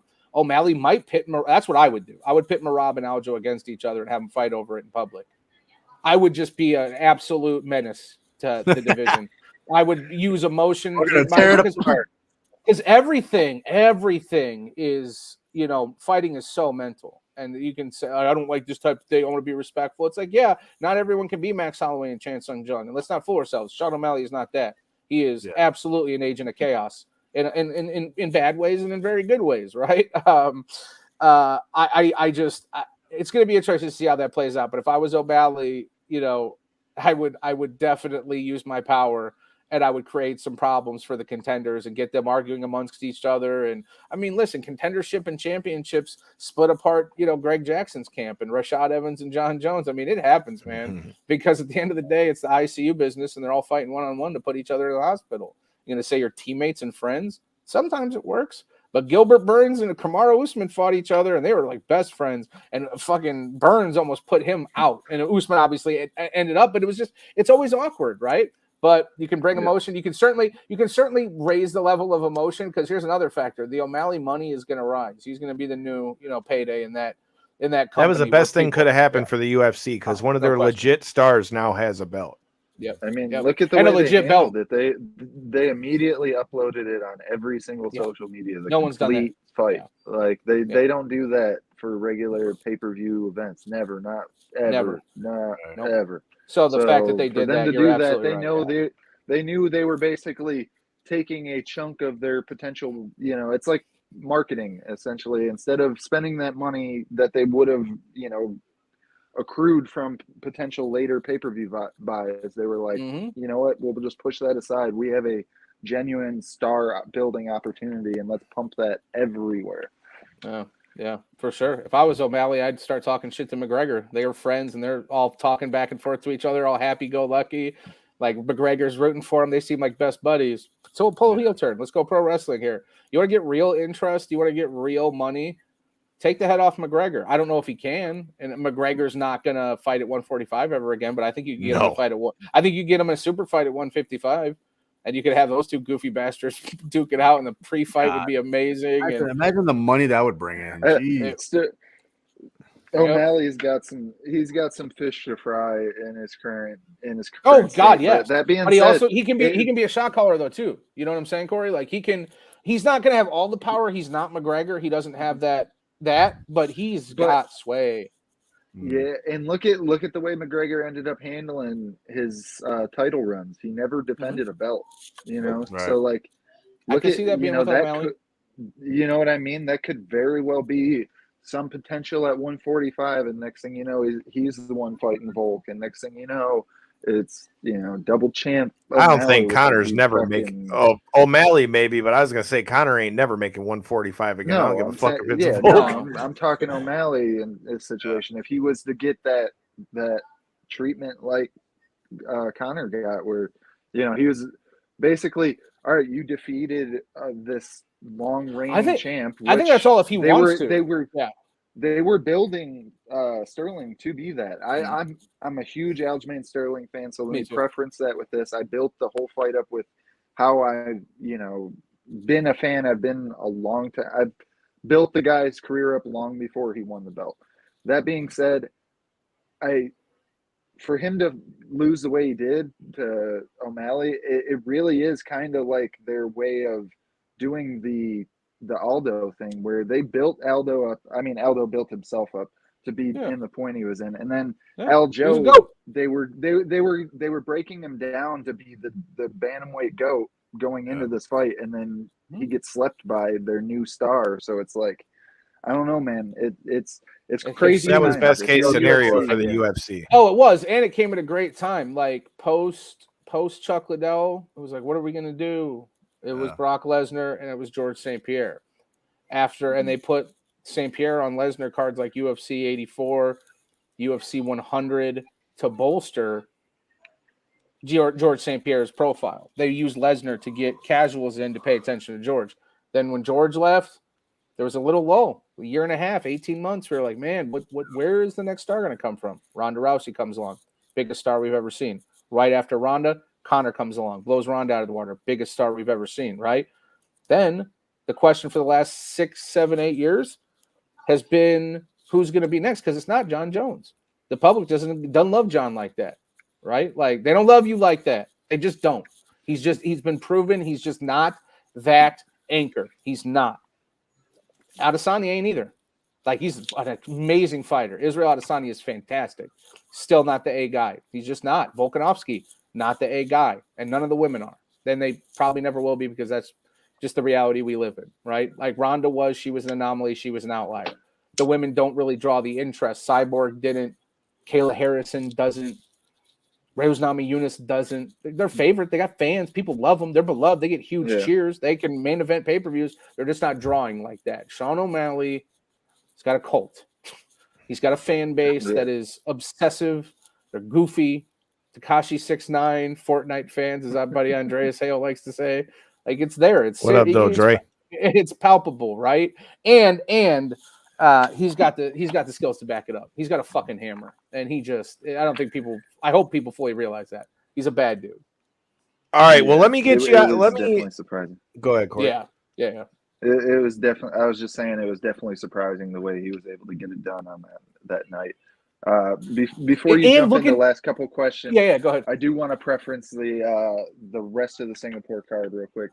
Shout out Aaron Blanchfield being able to get it done. Really showcased. Man, my parlay would have been money. I had Blanchfield, fucking Anthony Smith, and fucking Bruce Leroy. God damn it! I would have won like $300. Did you hear your boy Bruce Leroy did as well as he did? I agreed with the decision, but I thought it was a very competitive fight. But he dealt with a broken arm since the first round, so he's a dog, for him to be able to do as well as he did. There's levels, though, man. Giga Chikadze is just. Yeah, I know. I was just hoping the momentum train. That and the layoff, because I don't think Chikadze looked, as confident as he had in prior fights. So I think he was shaking off a little octagon rust. But yeah, Blanchfield. I mean, come on, man, future champ potentially, written all over. Yeah. And look what Talia Santos did, and then to do that. Mm-hmm. Yeah, the big thing was to deal with the momentum shift, really. The fight was not going her way. She wasn't able to get the takedown. She was getting stuffed every time. Even later in the fight, she was still getting stuffed. But she still found a way to implement her game plan, whether it was A, B, C, it could have been even D or E. But she was in there implementing a game plan and found ways to, pivot her game plan to make it work in there against a tough opponent in Talia Santos, man. It was a good fight for me. And you need that. You need that in your career. Yeah. Like, coming up the ranks, and if you want to be a champion, you need people to test you and punch you in the fucking mouth and give you different looks and give you different feels and styles and problems, because you're going to encounter those, throughout the rest of your career. That's why being a front runner and steamrolling motherfuckers, it's Marcos nice. Checking in from New York. What up, my dog? We got to get back out to SoFi again, dude. But yeah, you remember Marcos sitting next to us? I do, absolutely, yeah. We hung out afterwards at the bar in what's the downtown Marriott area down? Yeah, but LA Live, that little sector down there where the event hotel was at. But yeah, that's the problem with being a steamroller, being a front runner, like a Ronda Rousey. Like, it's great when it's happening and it's all, wonderful. Mm-hmm. But that delusion of I'm going to retire undefeated and I'm going to finish bitches within a minute for the rest of my career. I'm like, no, it's not. Someone's going to punch you so hard in the face that you won't be able to see for a round, right? Your orbital is going to be broken and your left side so swelled up, and you got to let for that. And then you got to learn how to see out of your other eye to finish this fight. Or in a Chael Sonnen and Anderson Silva, he's going to beat the fuck out of you for 4 rounds, take all your energy and yada yada. But you got to be open to that submission. You got to see the way you're going to take it. You got to take it when it's there, and you got to crank. Like, you gotta know you're hard, right? And I think, that was a good test for Blanchfield to know that she's hard, and to know, when things get really difficult and things aren't going her way, or the people are giving her different looks, she can deal with it. Not the be all end all. She's still got a long way to go, but that was a nice little precursor on Saturday. Yeah. And to stand in there with somebody like Santos, who was striking like she was in the first round. I think it's no argument that the first round went to Talia Santos, but slowly but surely, but by that grinding, that constant pressure against the fence, I feel like slowly but surely Blanchfield managed to wear her down, and it really showed throughout the fight.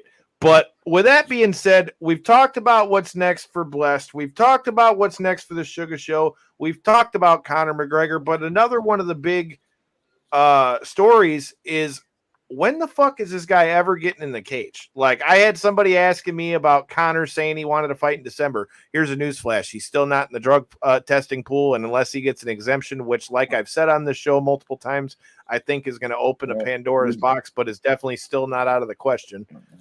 Did you see can't the have whole that happen. countdown? Yeah. Did you see the whole countdown thing, though, that's going on now? I mean, I don't know how much validity is in that, but the whole thing that's going around now is the UFC website itself has a countdown for like 111 days or some shit until December.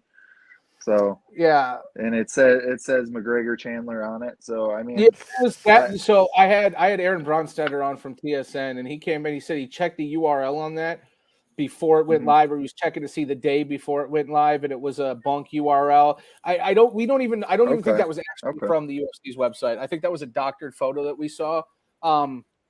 I don't think we're going to see him in the. We're not seeing. I'm telling you, we're not seeing him in the cage. They're not giving him an exemption because he has no case for one. He's clearly on steroids. There's no, he's using it to get back from an injury. No question. His deflation has been amazing, right? I mean, look at his cranium.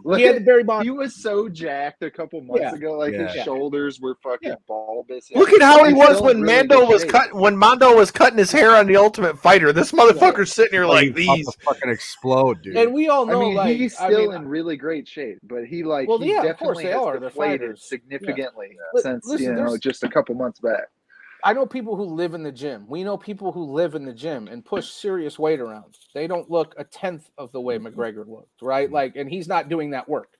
He's stressing his body out, but it's not through exercise. Like he's having late nights and early mornings, and you know what I'm saying. Like he's enjoying his life, and that's the thing is, I think people need to come to the realization that the McGregor era is over, right? Like even if it's just another one or. Sure. If it's just one or two more fights, that's fine. But it's never going to be what it was. He's never going to be a champion again. Get that out of your head. It's all a cash grab from here on out, and it's an ego stroke to prove that he's still a badass. You watch the Netflix documentary. That is a man that is struggling with his mortality in terms of the fight game. And I'm sure he is on a larger level, because when you're that rich and you're that powerful and you're that famous, right? And literally powerful, like you can fuck up a lot of people. He's got a lot of power in his hands. It's like the Mike Tyson thing. He's like, sometimes I feel like a bitch because I don't want to be this way, and I feel soft, and it makes like that internal struggle of a fighter who's no longer a bad motherfucker is sometimes impossible to manage, even if you have all the money in the world. This dude just got his leg snapped in half, right? He is getting older. Whether he admits it or it's the reality of life. And he's not George St. Pierre. He treats his body like shit. Like he just parties way too much. We know this. We see this. This is nothing new. Like he's a dude who enjoys life, and more the power to him. He laid the blueprint for future fighters to follow. Say that 3 times fast. To the way to put yourself above everything. The way to fuck a belt. It's all about the fights and the interest they draw. If the belt's not on the line, that doesn't mean shit. Tank Davis, Garcia, they just fought. There was not a belt on the line. Nobody gave a fuck. Right? Belts mean nothing. Interim belts in the UFC, they mean nothing. John Jones is heavyweight champ. No, he's not. Best fighter in the world, yes. Greatest fighter to ever live, yes. He didn't beat Francis Ngannou, though. Francis Ngannou is the UFC champion. And if we would have had, proper bargaining and proper offers and proper, fighter rights, Francis wouldn't have had to have that in his contract, right? He wanted that. He wanted to do things for fighters. Some people say it wasn't about that. They knew the UFC would never give him and acquiesce to his demands. I don't believe that. I know Francis. I know Francis pretty well. I've known him for a long time, years. I remember when Francis was basically living at the UFC Performance Institute. I would go there and meet friends that worked for the UFC. They had the little cafeteria down there. And every single time I was there, Francis was there. And not only was he there, he had his laundry bag next to him, like a duffel. Like he was doing his laundry at the PI. He was getting his free meals at the PI. You know what I'm saying? Like he was going there because he didn't have to pay for lunch. He was going there because he could work out, didn't have to pay for lunch. He could do his laundry there. That's fucking nuts, right? Like, and him leaving Cameroon, like everything that took him to get to this point is insane. So I believe he's a good person. I believe when he was making those demands that he did have the future on some level of fighting in his heart with that. But again, if the UFC wasn't what it was and it wasn't using prop belts as bargaining chips to force fighters into bad contracts or whatever the case may be, right? The sport would be a wildly different place. So, but this is something we haven't talked about, Kyle. We've got that lawsuit that's happening. It's getting potentially rushed through. I'm glad you brought that up. I was wondering if we were going to get into that, man. But the way that they've fast-tracked it, they've already set it for trial in 2024, dude. I mean, we've heard John Fitch and a bunch of guys talk about this, man. Holy shit, it could be a big deal. And I'm going to put it into layman's terms for those who don't know what's going on. Here's the thing, dude. If this changes, this totally changes everything for the UFC. Because right now, as the UFC sits, the UFC is essentially, if you sign a 5-fight deal, you do not get out of that contract, even if you fucking retire, until you give them 5 fights. And that's not even the deal. The real bitch of that is the champions clause. If you're a champion and you win your belt, it carries your contract over into your next fight automatically. So if you keep winning, you stay a employee, which you have to go out and lose to get a fair deal. It's insane. Right. It's insane. Right. It is insane, and it will change. How much it's going to change, I don't know.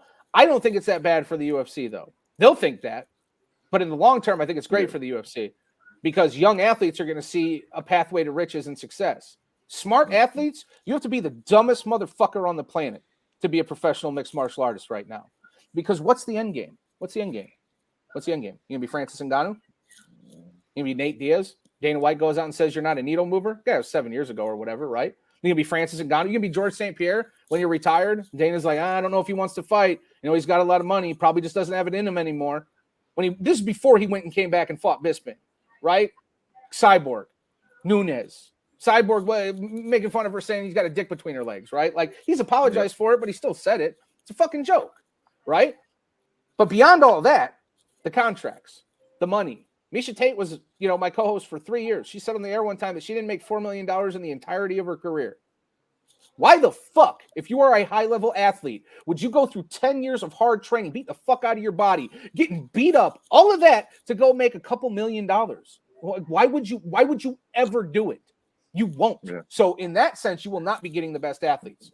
John Jones is the third brother of the other two brothers who are in the NFL winning Super Bowls, and he's the greatest fighter to ever live. What if the Super Bowl winning brothers, the actual athletic ones, decided to be pro fighters? Just think about it. What if Deion Sanders, what if Bo Jackson, this generation's Bo Jackson wanted to be a mixed martial artist? Imagine the shit we'd be seeing, right? So with collective, with actual contracts, with actual split percentages, you're going to see fighters getting 20, 30, $40 million, and everybody's going to want to be a mixed martial artist, right? Demetrius Johnson said it this week. One of the greatest fighters to ever live. Mixed martial arts is the easiest sport to win a belt in, to become a champion in. He is absolutely correct. Because we are still so far behind in the level of athletes. You're getting barroom brawlers out there still. Yeah. Guys that are coming up on the independent circuit that just got really good chins and they don't mind getting beat up. It's like, okay, you can almost take, Robbie Lawler was basically that. He took that to a championship, right? So it's still very much in its infancy, and I think we need to get past that. And through that, you need proper contracts, you need proper representation, you need all of that. So someone said this, that they posed a question on social media. I don't know who it was, but I did retweet it. So you can go to my page at Ryan McKinnell and find it. And they said, if paying minimum wage workers $20 an hour is going to raise prices at the supermarket, how come putting automated checkouts didn't lower the prices? I love that. I did too. Because I love thinking about shit like that, right? Because we live in a batshit crazy world and nothing makes sense. This is an example of that. The corporation's got billions of fucking dollars. Dana White has billions of dollars. Endeavor has billions of dollars at their disposal. They are a massive corporation that is becoming a massive corporation by essentially capitalizing on their workforce and not treating them fairly, right? So they're going to be able to pay more. Your pay-per-view price cannot possibly go up anymore. It just keeps going up and up and up and up. Don't even talk to me about but I'm just saying. But the fighters are making less and less and less and less, right? Yeah. The pay-per-views go up. Fighters make less. 100%. And also, then there's more issues. The Dana White Contender Series. All these fucking guys and girls that are going on there. Here you go, kid. You're a UFC fighter. Here's your bullshit contract. Some low 12 and 12. 10 and 12 and 12, whatever the fuck it is, right? Then you get locked into that. Then also, what does the Ultimate Fighter mean? Oh, you got a contract to the UFC? Cool. So we just saw 5 get given away on Tuesday. Who's a shit about a contract what does a contract mean in the UFC when you're signing scrubs off the street for 12 and 12? Okay, it's harsh. It's not exactly that. Not everybody from the Contender Series is a scrub, but if you don't see what's going on, I can't help you. They are stacking like the privatized prison industry in America. You can go political, right? We fill our prisons with nonviolent drug offenders. We just stack the bodies, warm bodies in a prison, so we can charge taxpayers $50,000, $60,000, $70,000 a year to house those inmates. You're in jail for marijuana. You're in jail for cocaine. You're in jail for whatever, right? Instead of rehabilitation, we put you in jail, we keep you there for years, and we charge taxpayers an exorbitant amount of money, right, to house them. And you fleece everybody. It's a big con. It's a big game. Yeah. And we imprison more of our people per capita than anywhere else on the planet, right? Flip that to these fighter contracts. They are stacking warm bodies on bullshit contracts to fulfill streaming obligations to ESPN. ESPN has a set number of fights that you were supposed to have and events you were supposed to have, UFC, and we need to see them. Well, they don't have the fighters for that. So how do we get the fighters for that without paying them what they're worth? Well, we go out and we start this Contender Series and we throw everybody a contract. And if you look at these UFC fights that you are watching every single weekend, look at this last Saturday in Singapore, an international event, Korean Zombie and Max Holloway. Half those fucking fighters didn't have a Wikipedia page. I could make a Wikipedia page for myself. You know what I'm saying? Like it's embarrassing. It's embarrassing in the collective of the sport. So you say it's bad for the UFC. In some ways it is, right? But to me, I already know the bad stuff about the UFC. This is just going to be more public for people to see. But in the long run, it's going to make the sport better and it's going to make the UFC better. They're just going to fight tooth and nail to make that happen. They're all about world domination and making MMA the biggest sport in the world. No, they're not. No, they're not. They're not. So maybe they want the UFC to be the biggest thing. Right. They're not interested in having the best fighters in the world be in the UFC. We don't even know who the best fighters in the world are, as far as I'm concerned. Francis Ngannou was in a dirt mine. You know what I mean? Working in Africa, like the talent is completely untapped, and the resources they're there for the UFC, but they're not there for anybody else. And they need to start dispersing those more evenly. Imagine what an Israel Adesanya could do with $10 million, $15, $20 million a fight. In terms of, imagine what Francis Ngannou could do with $30 million a fight, going back to Africa and building gyms and becoming a head coach and dispersing that money amongst the community and curating the next generation of great fighter. I mean, the possibilities are endless, but they don't see that because they are absolutely at their core blood merchants and cutthroat capitalists. And on some levels, that's great, right? That's what keeps it churning, and that's what keeps America, and yada, yada, yada. But there's a lot of fucking problems with that. Luckily, we are in America, and I can say whatever the fuck I want. Yeah. Love it. You hit the nail on the head. I think that this court case, bar none, there's no way to put it. I mean, it definitely could change the absolute game of MMA, not just in the UFC, because even to your point with when you're talking about the Contender Series, like we just talked about, our guy Mondo was on there and was the poor sumbitch that had to fight that Raul Rosas kid. And then he goes on to the Ultimate Fighter, and he's over here cutting up McGregor's hair and all that stuff. And even though he went out there and had a dog fight, had one of the better fights on the whole season, he didn't get a contract when that whole shit was over. You are a good friend for watching that show. I tell you what, putting yourself week after week and watching the 29th, 100th season of the Ultimate Fight. Oh, bro, I gave up like 5 years ago. Even our producer, Zach, on Unlocking the Cage, he was supposed to be our resident tough watcher. He quit after like week 3. It's a dead formula. It's stale. And that's what I was getting to. I feel like the Contender is going to make it to a point where even so much so, you talk about the Aljo fight. Ironically, the 2 Ultimate Fighter finales were probably better than half the fights they had on the fucking main card. That Hollowball submission was fuck yeah, dude. Yeah, it was awesome. Dude, in the first fight, even Katona and them, they beat the shit out of each other. Yep. But the problem is, like you said with the Contender Series has created an avenue to where every week, whether it's the most top tier guys on there or not, you're getting guys that know, okay, this is. Yeah. Go ahead. Sorry. No, go ahead. Yeah. No, but I was going to say, like, no, but for real. But, like, really, if you think about it, it's as simple and as cut and dry as this. You've got guys and girls that are coming there on the Contender Series with the one goal in mind: fuck winning, fuck losing. I have to make sure that this fight is going to be entertaining, and I have to entertain him somehow. Not even just winning, because winning just ain't going to do it no more. You have to go in there and you have to make it exciting. And at this point, the Contender Series is all but made. the Ultimate Fighter a dead brand, which, like you said, I feel like it was already kind of going that way anyway. But that's another thing that makes this whole court case so interesting in a case like the Contender Series, because like you said, yeah, these guys and girls, they might get contracts, but you're getting put on that bottom, unless you're Bo Nickel, getting put on one of them. Don't even, you've heard me about the Bo Nickel stuff, because there was rumors, and I believe these, that Bo Nickel already had a contract before every step foot inside the Contender Series. Oh, I don't know. doubt Won a Contender Series contract. But this scab, because that's what he fucking is. If you're telling everybody that you've got a Contender Series contract, then that means the UFC is going to turn around 5 years from now. And make no mistake, Bo Nickel is a LeBron James, fresh out of school, #1 overall pick, going to change your fucking franchise division. That's Bo Nickel. Right? Now you're telling me he's the same as every other fucking jerk off that you gave 50 contracts to this season that came through your door on a 12-12? Hell fucking no. No, he's not even the same. They made him fight twice to prove himself. It's a joke. Yeah. 5 years from now, when that was just to get him on the Contender Series again.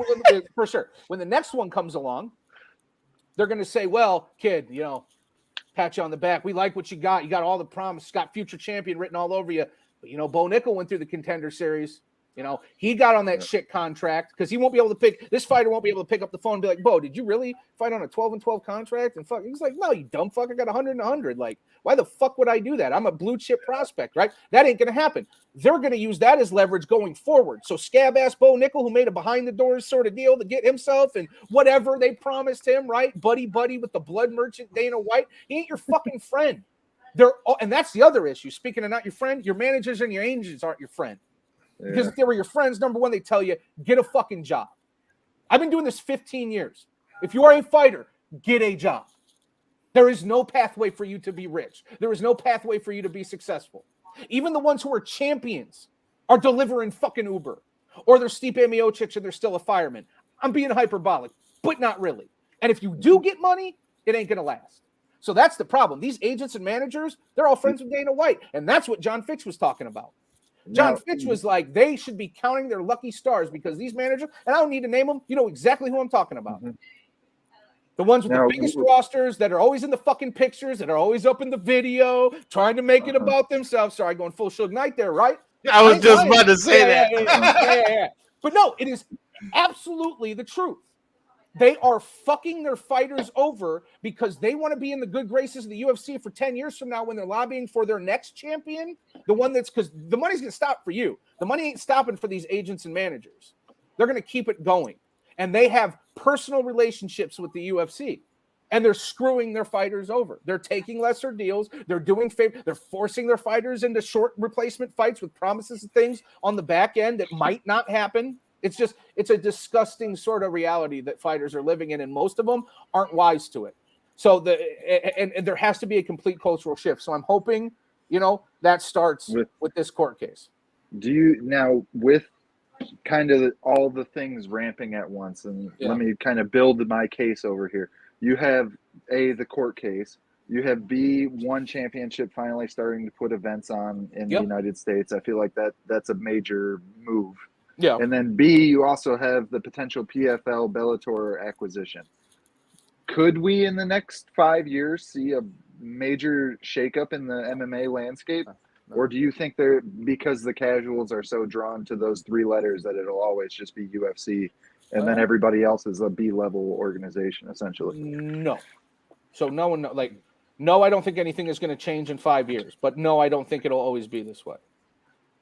So look at AEW and what took 20 years to come from the ashes of WCW, right? We had the same thing happen in the UFC. 15 years ago. Very good comparison. 15 years ago, the UFC bought Pride Fighting Championship in Japan and other Art of War, Tai Chi, WEC. They bought a lot of lower promotions. All their competition. But their main one at that time, I think 07, the end of 07 was Pride. They had Mirko Krokop, they had Fedor Emelianenko, they had Shogun Ninja Hua, they had Rampage Jackson, they had Vanderlei Silva. When you look through the top 10 lists of mixed martial arts rankings on the media, half of those fighters and some of the number one fighters were Pride fighters. They were not the UFC. It was not the Kleenex of the tissue world. The UFC was not just this synonymous brand with mixed martial arts. I remember that world. Now we're living in that post WCW, WWF world, post Pride world.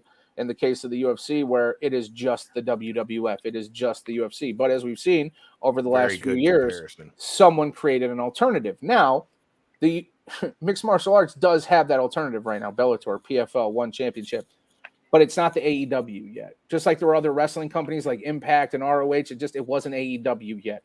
I think the company that is going to give an alternative, I'm not going to say rival the UFC because I just don't know if that'll happen in our lifetime, but they might. The company that is going to compete and give an alternative to the UFC product and maybe create some true, top 10 discourse, what has not been created yet. I think it's going to take a mix of something like Affliction, something like Bellator, like the Passion of Affliction, like the real MMA people like that are there. Like I think it was a clothing brand. I get that, but they had a lot of behind the scenes folks that kind of knew what they were doing, and they threw, but they also threw a lot of stupid money at it. It didn't work out. Right, but they threw a lot of money at it to draw interest. That's what we're gonna. I could see someone like Conor McGregor doing it. I could see a former fighter like a Golden Boy Promotions, like when I was like in boxing. Like if that court case leads to this, fighters being able to start their own promotions and co-promote, Conor McGregor could be that because he's got that interest, he's got that personality. One of the reasons the UFC is so successful is the front-facing Dana White. Dana White was on the issue of the first UFC magazine. He was a downloadable character in the UFC video game. Like he's the host of the Ultimate Fighter. He is doing the promos on announcing fights. Like he is the ambassador of the UFC. He's the face of the UFC. Every promotion Don King was at for boxing in the 70s and 80s. De La Hoya later after his career for Golden Boy. Mayweather is trying, but I think there needs to be something like that. And I think something like that will happen once this gets squared away in court, right? I mean, let's not forget, man, not only with the court case, you also got to take into effect with all this talk with PFL and what's going to happen with Bellator in the future here, even though Scott Coker's talking about that they're going to keep going. I mean, we don't know what's going to happen. And if PFL buys up all the talent that's over there in Bellator and then adds that to what they've already got in their roster, I mean, bro, I've said it till I'm blue in the face. I wish, like a lot of other MMA fans, that we saw a lot more from Bellator, and I wish Bellator maybe did a little more to like promote themselves so that they were more on Showtime.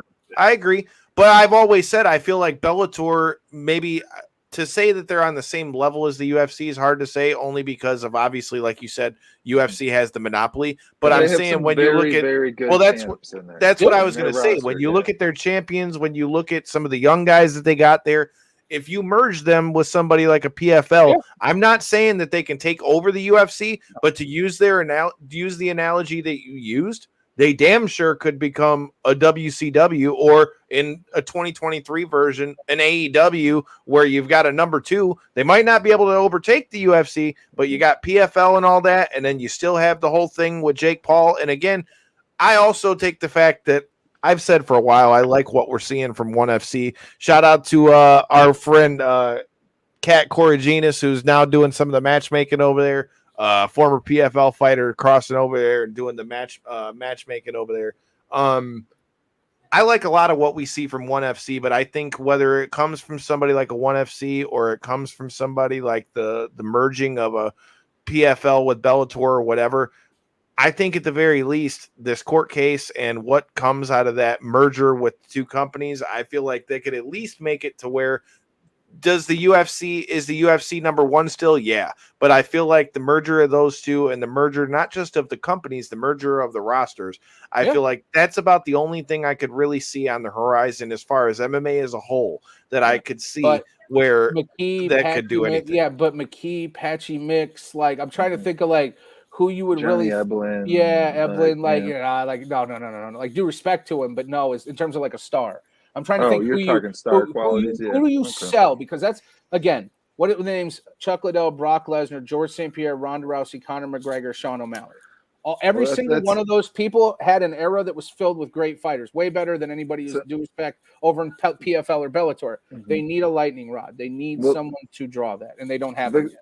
The question is, though, if you get somebody with a better marketing machine behind them, because I feel like Chandler was also that guy in Bellator, right? He wasn't. He was Viacom? there. He was their face for a good time, Yeah. but he wasn't this lightning rod of attention. He wasn't like He should have been, yeah. a must-see fighter or But anything like that. But then all of a sudden, you get the marketing machine behind him.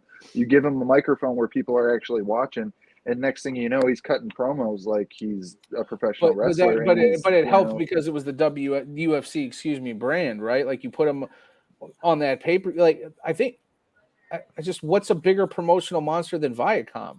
It's a megacorp. They have unlimited money to throw at a star to make a star. You could fabricate a star. Just like that documentary that's on HBO right now about the fake high school that went on national, that had the game on national TV. Like you can do that with a fighter. I mean, it's Jake Paul took that formula. Both Paul brothers, they weren't actual fighters until they actually became fighters.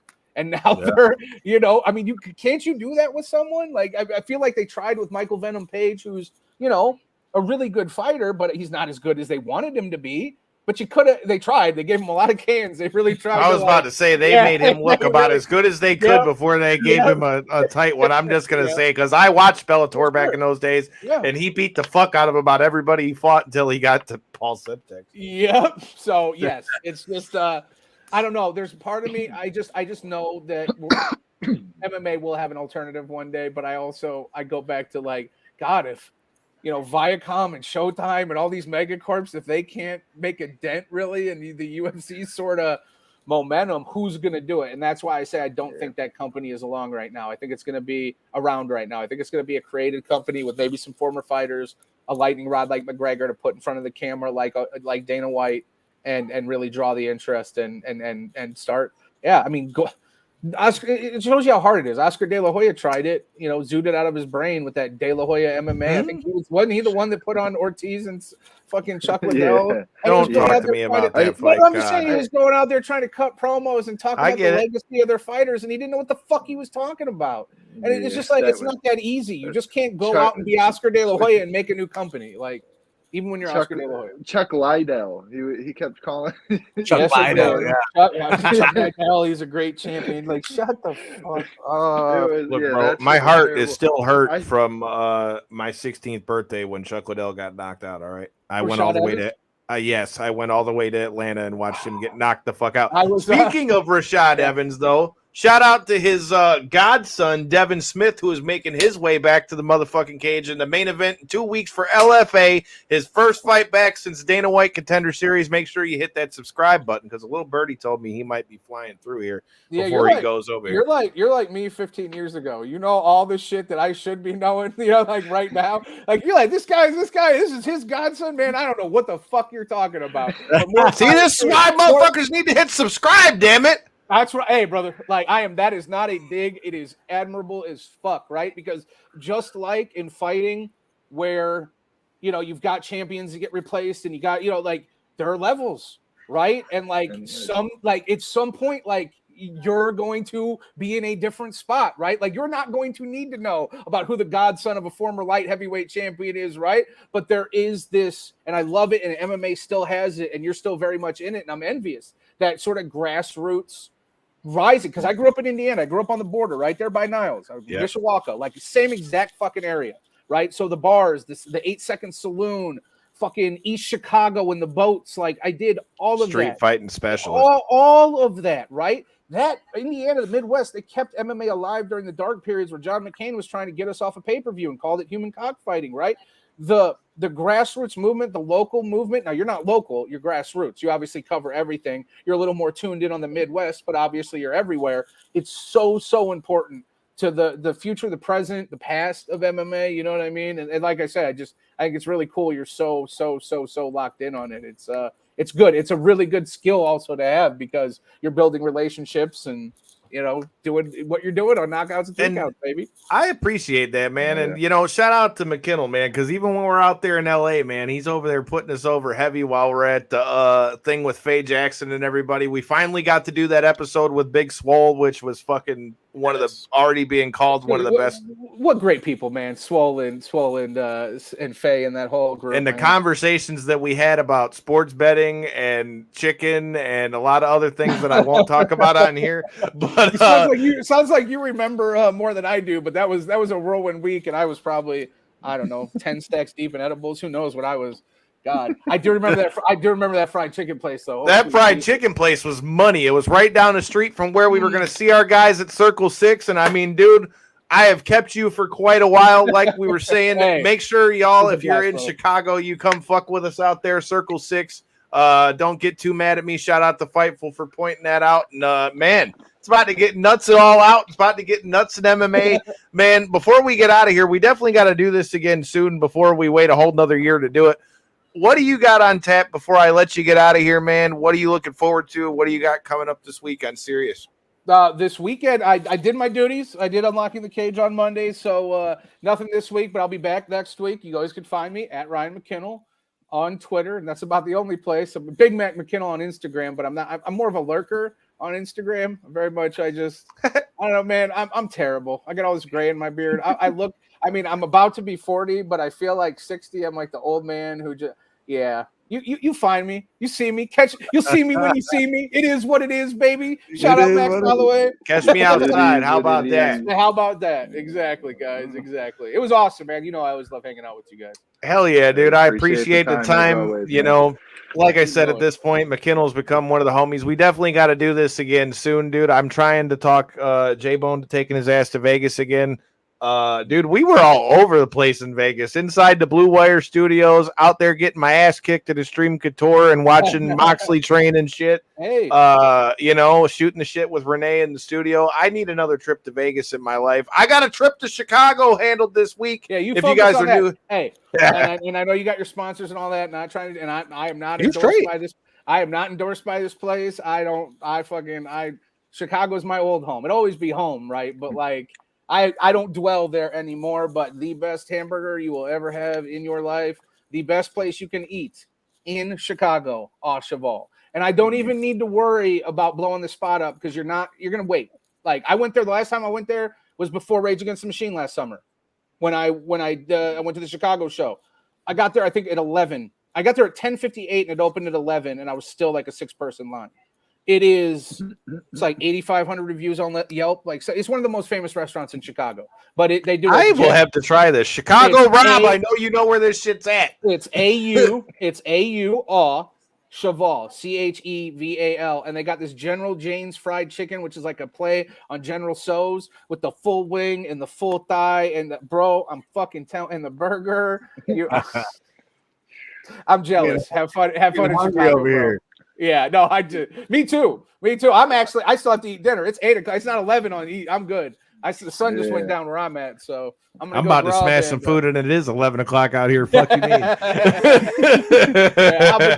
Obligations. You had to make it happen. I got obligations to my stomach, and I'm too busy slinging the fucking mail. But hey, this is another episode in the books. Like I said, next Tuesday, make sure you check us out. The homie JC from Dave and Chuck the Freak from 101 The Riff is going to be dropping through this Tuesday. Then next Thursday, like I said, we're going to have Devin Smith popping back through. Then we got Mitch McKee, who's going to be in the main event for LFA out there training at Kill Cliff too. So, man, you never know who's coming through here. And before I get out of here, again, shout out to Bray Wyatt, shout out to Terry Funk, but shout out to past guests of the show. EC3 is the new motherfucking champ. 10 pounds ago. We don't ever have to watch Tyrus wrestle again. So thank you, EC3. Really appreciate that. From every actual pro wrestling fan. I know it's a negative note to leave on, but I don't give a He said, Tyrus, fuck. Bye. You heard it. He said bye. Hit the subscribe button. Make sure you check us out. Apple Podcasts, Spotify Podcasts, all the podcasts. Hit the motherfucking button. Shout out to Potter's Tree Service. Get a tree cut down. Peace. Trees.